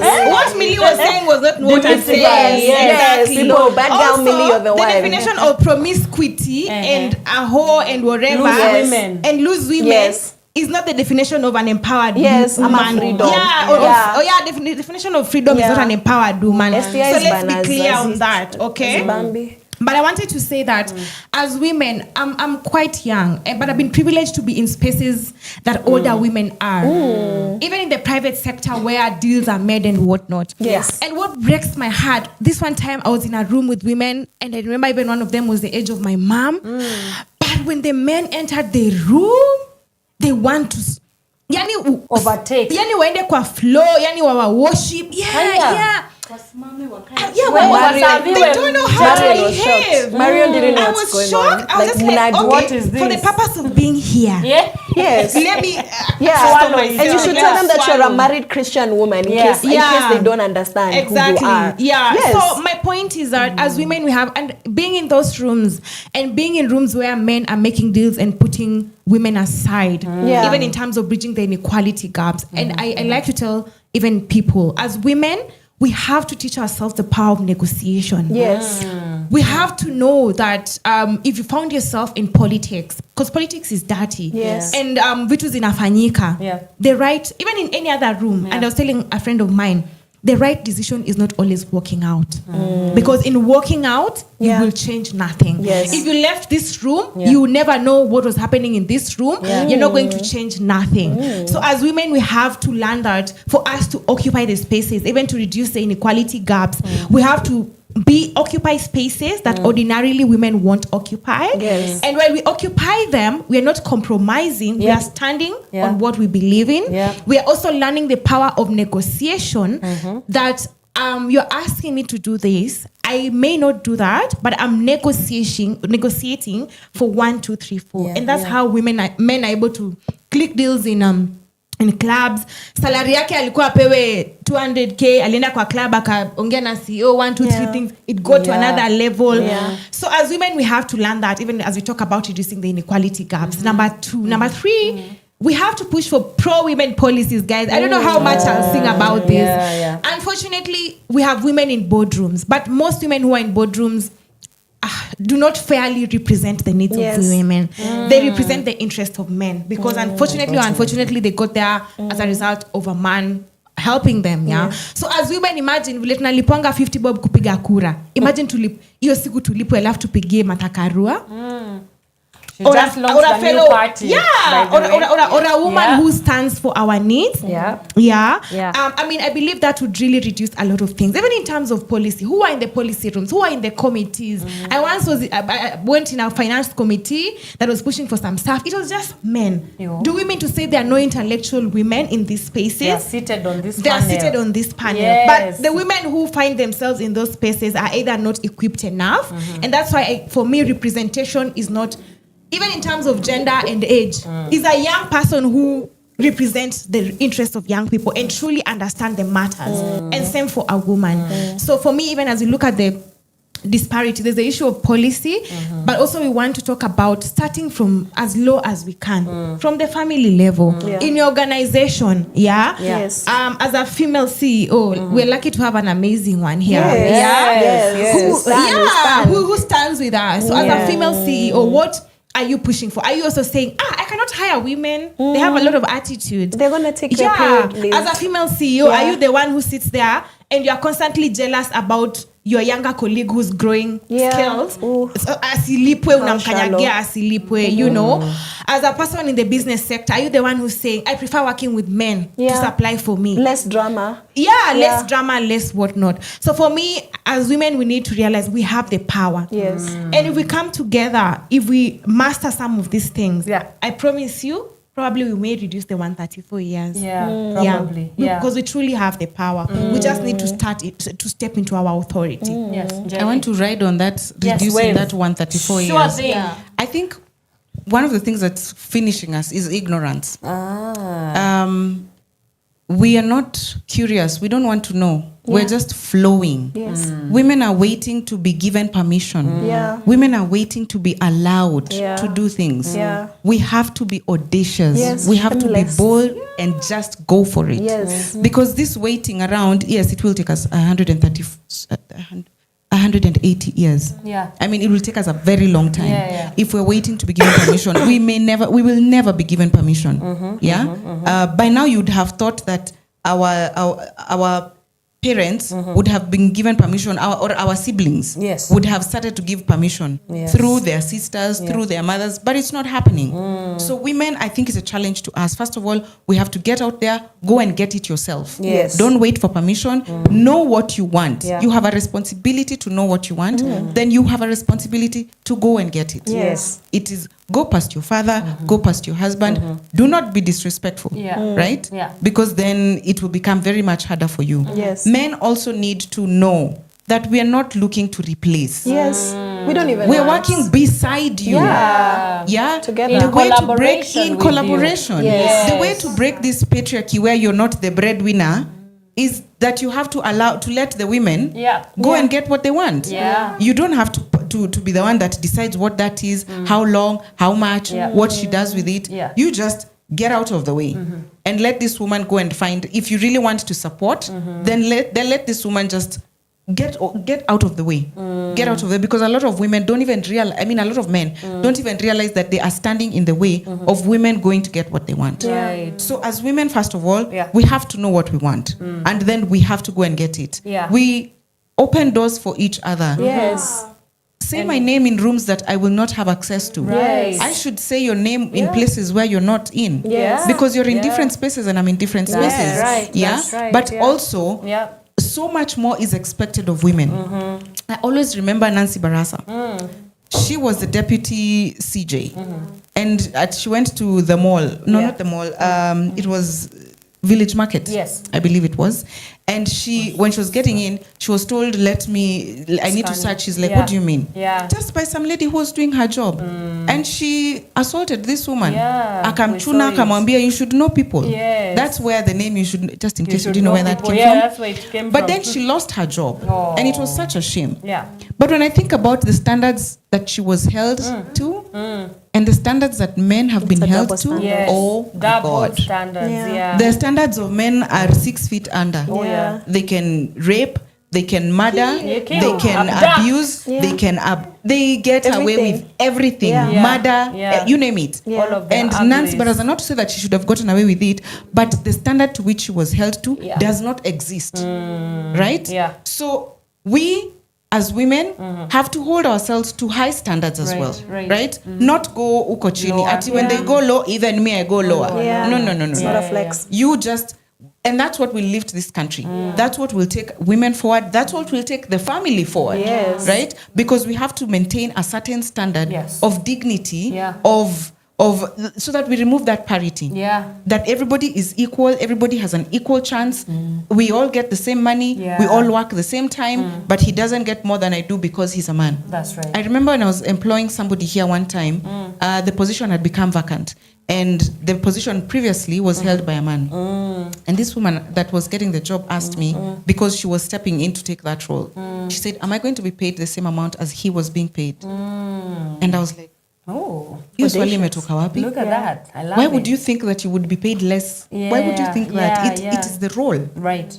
It is not the gender is that not is the being gender. paid. It is the role that is being paid. Right. Yeah. And I've been asked this 3 times for different positions. And for me, I find it sad that in this day and age, that we still think, even those of us who are still exposed, that we still think we still have shackles of patriarchy without even realizing, or that we bow to, not because we want to, but we find ourselves that we've been like this for so long, we don't even know we are bending. Right? But it's going to take women who are in power, women who have empowered themselves to go and be. What I was talking about, freedom to be, just be. Just be. Yeah? Shake whatever obstacles, run through them, get through them. But remember, we have to move together. And we're not trying to replace men. Yes. We just have to, because they will always be with us. We need them, we want them. They are with us. They are our husbands, they are our sons, they are our fathers, they are our brothers. They are with us. So we can't say that we don't want to work with them. We rise, and we rise beside them. That's right. Yeah, we're not saying we rise and we leave them behind. We've got to rise together. Otherwise, that 134 is going to be a real 134. Yeah. You just reminded me, there's an interview I went to. It was a man interviewed me, Jamani. I was young. I was, I think, 25, 26. Thereabout. And I remember I was because my partner had really taught me how to negotiate for better money. You know, men like those, negotiate for better money, don't take less. Yes. So when I came for the interview, the man asked me. So I kept on pushing and pushing, and they asked me, why are you married? I said no. Then they asked me, do you have a child? I said no. To do with anything. Then they said, what do you need this all money for? I would should have been bitten with this. I don't know why. I will never forget, guys. I will never forget. What was your reaction? I was just like, it doesn't. What I bring on the table has nothing to do with me being married or having children. I'm bringing my skills. In fact, even at my place of work, unless it's about insurance. Why are you caring about where I'm getting married while I'm negotiating for a salary? What I do with my money is what I do. It has nothing to do with part of the conversation. What I'm bringing on the table is my skills, my expertise, the value, and all those things. So I just wanted to share that. It's quite heartbreaking. Wow. Oh wow, that's oh my God. And ladies, imagine, believe it or not, we have come to the end of the show. Oh my goodness. I know. We need a part 2. We do. We might. Will you guys come back? Yes. Fantastic. Yes. So if our audience don't mind, if you will have us, like we will us, come back. please like us, please validate us. This is part of the problem. We've just been talking about pick me's, but we will be your pick us. Pick us, please. Pick us, please. But yes, just parting shot. If you were to dream what an ideal world with the ideal woman, an empowered woman would look like, what would that be? Let's go 1 minute each, and then I tell you what we do next. Go, Caroline. A woman who has complete autonomy over her decisions. If you want to stay home and take care of your kids and do absolutely nothing else, you do that and have support systems that do that. You want to go and conquer the world and become the next Hitler who does not kill anyone? Yes. Go and do that. Go and be the next Trump and not be ostracized because you have ovaries. Yes, and that looks like Mosaidi Ketaria Sechaba in Setswana, that translated from Setswana, that means that the woman is the pillar of the society. And that cloth, tari, was the goat skin that they used in the Tswana culture to carry the children on their back. So to mean that a woman is one that supports society. Women are the goats. Yes, also that, but not in a subservient way, not at their expense. So whichever role that a woman believes she was called to play, not because it's informed by others, but because it is self-serving from inside, it's self-informing is what I want to say. I want the girlies to be happy everywhere. Yes, and for me personally, I want all the girlies to love Jesus. All right. Yes. Marion, what do you want for the girlies and the women? I think for me, it's almost the same. Just freedom to be who you are, to do what you want to do.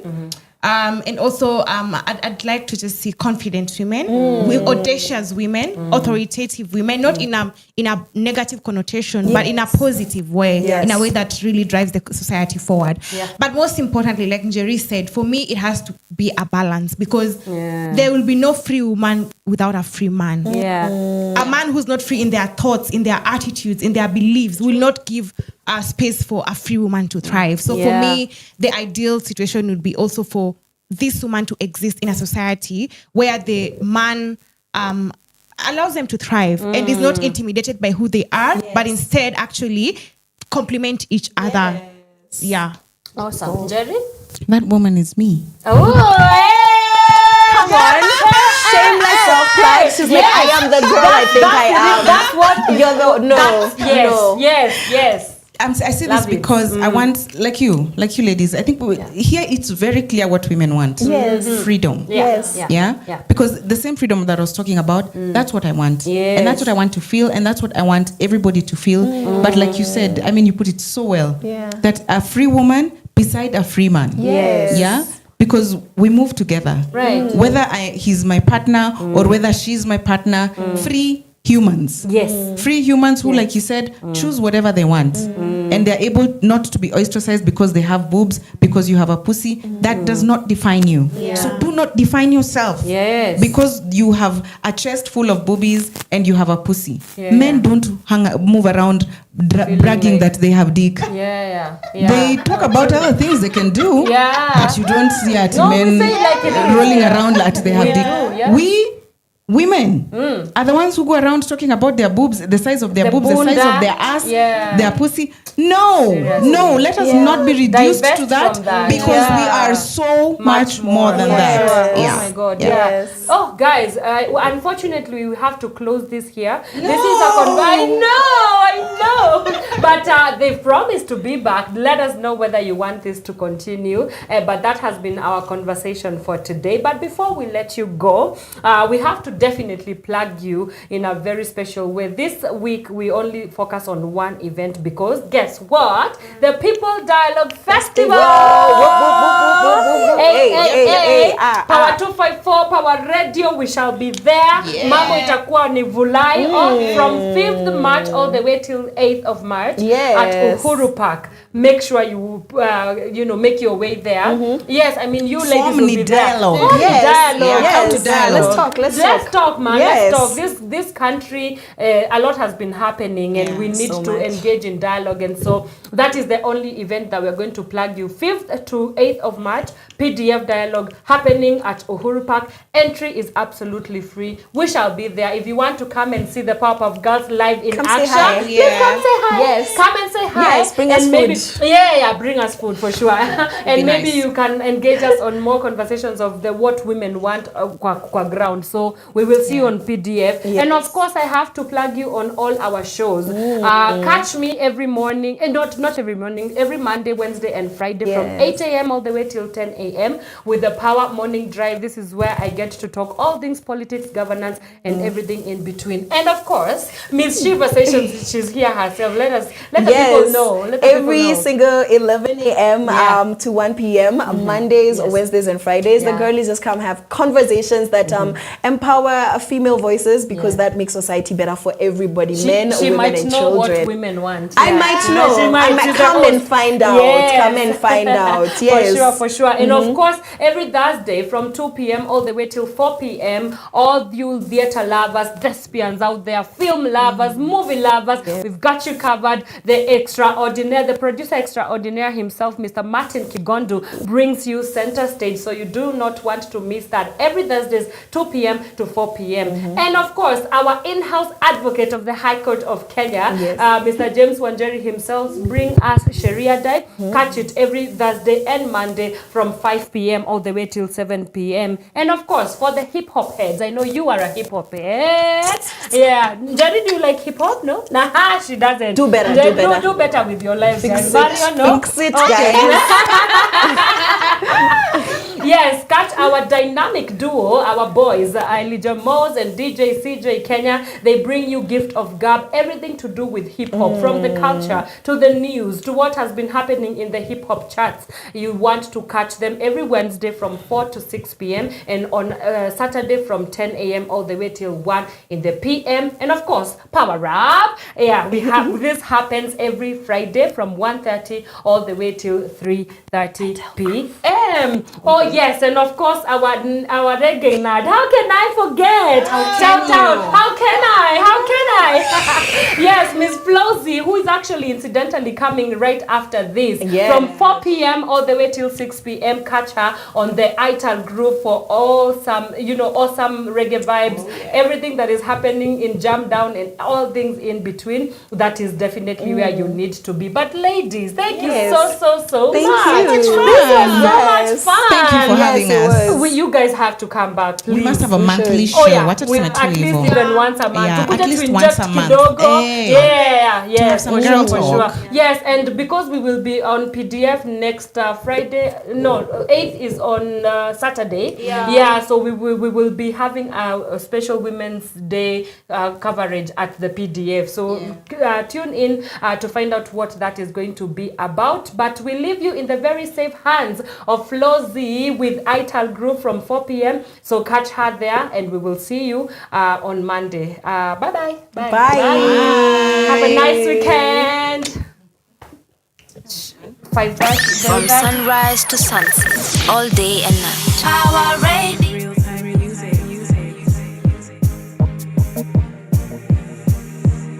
South C, South B, 111, 23, West D, can't get me, nah, don't need, nah, baby. Ain't no city like my city, oh no. Nairobi, they can do it like we do it in the 254. Nairobi, my hustler, now my damn supu, kawangare, buru buru. I love my city, oh yes I do. Nairobi.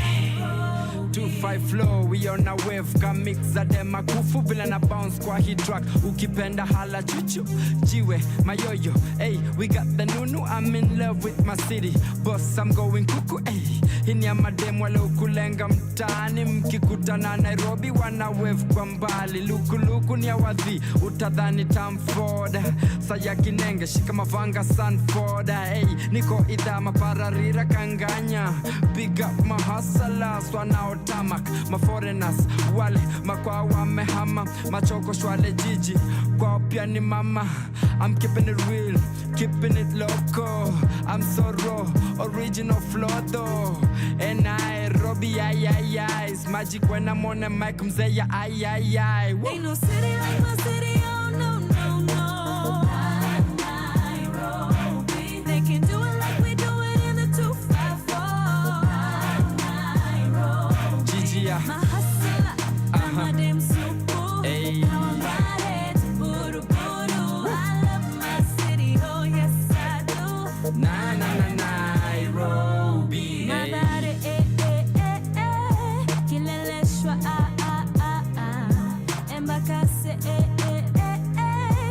Langata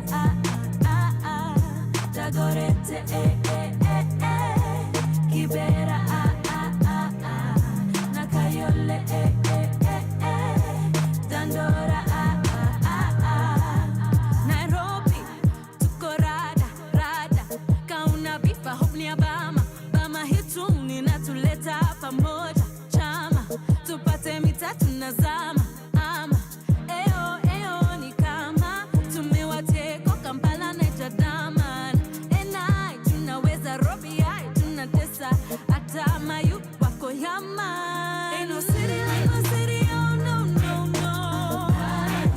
Nairobi they can do it like we do it in the 254 Nairobi Gigi mahasila madem supu kawangare buru buru I love my city oh yes I do Nairobi Gigi mahasila madem supu kawangare buru buru I love my city oh yes I do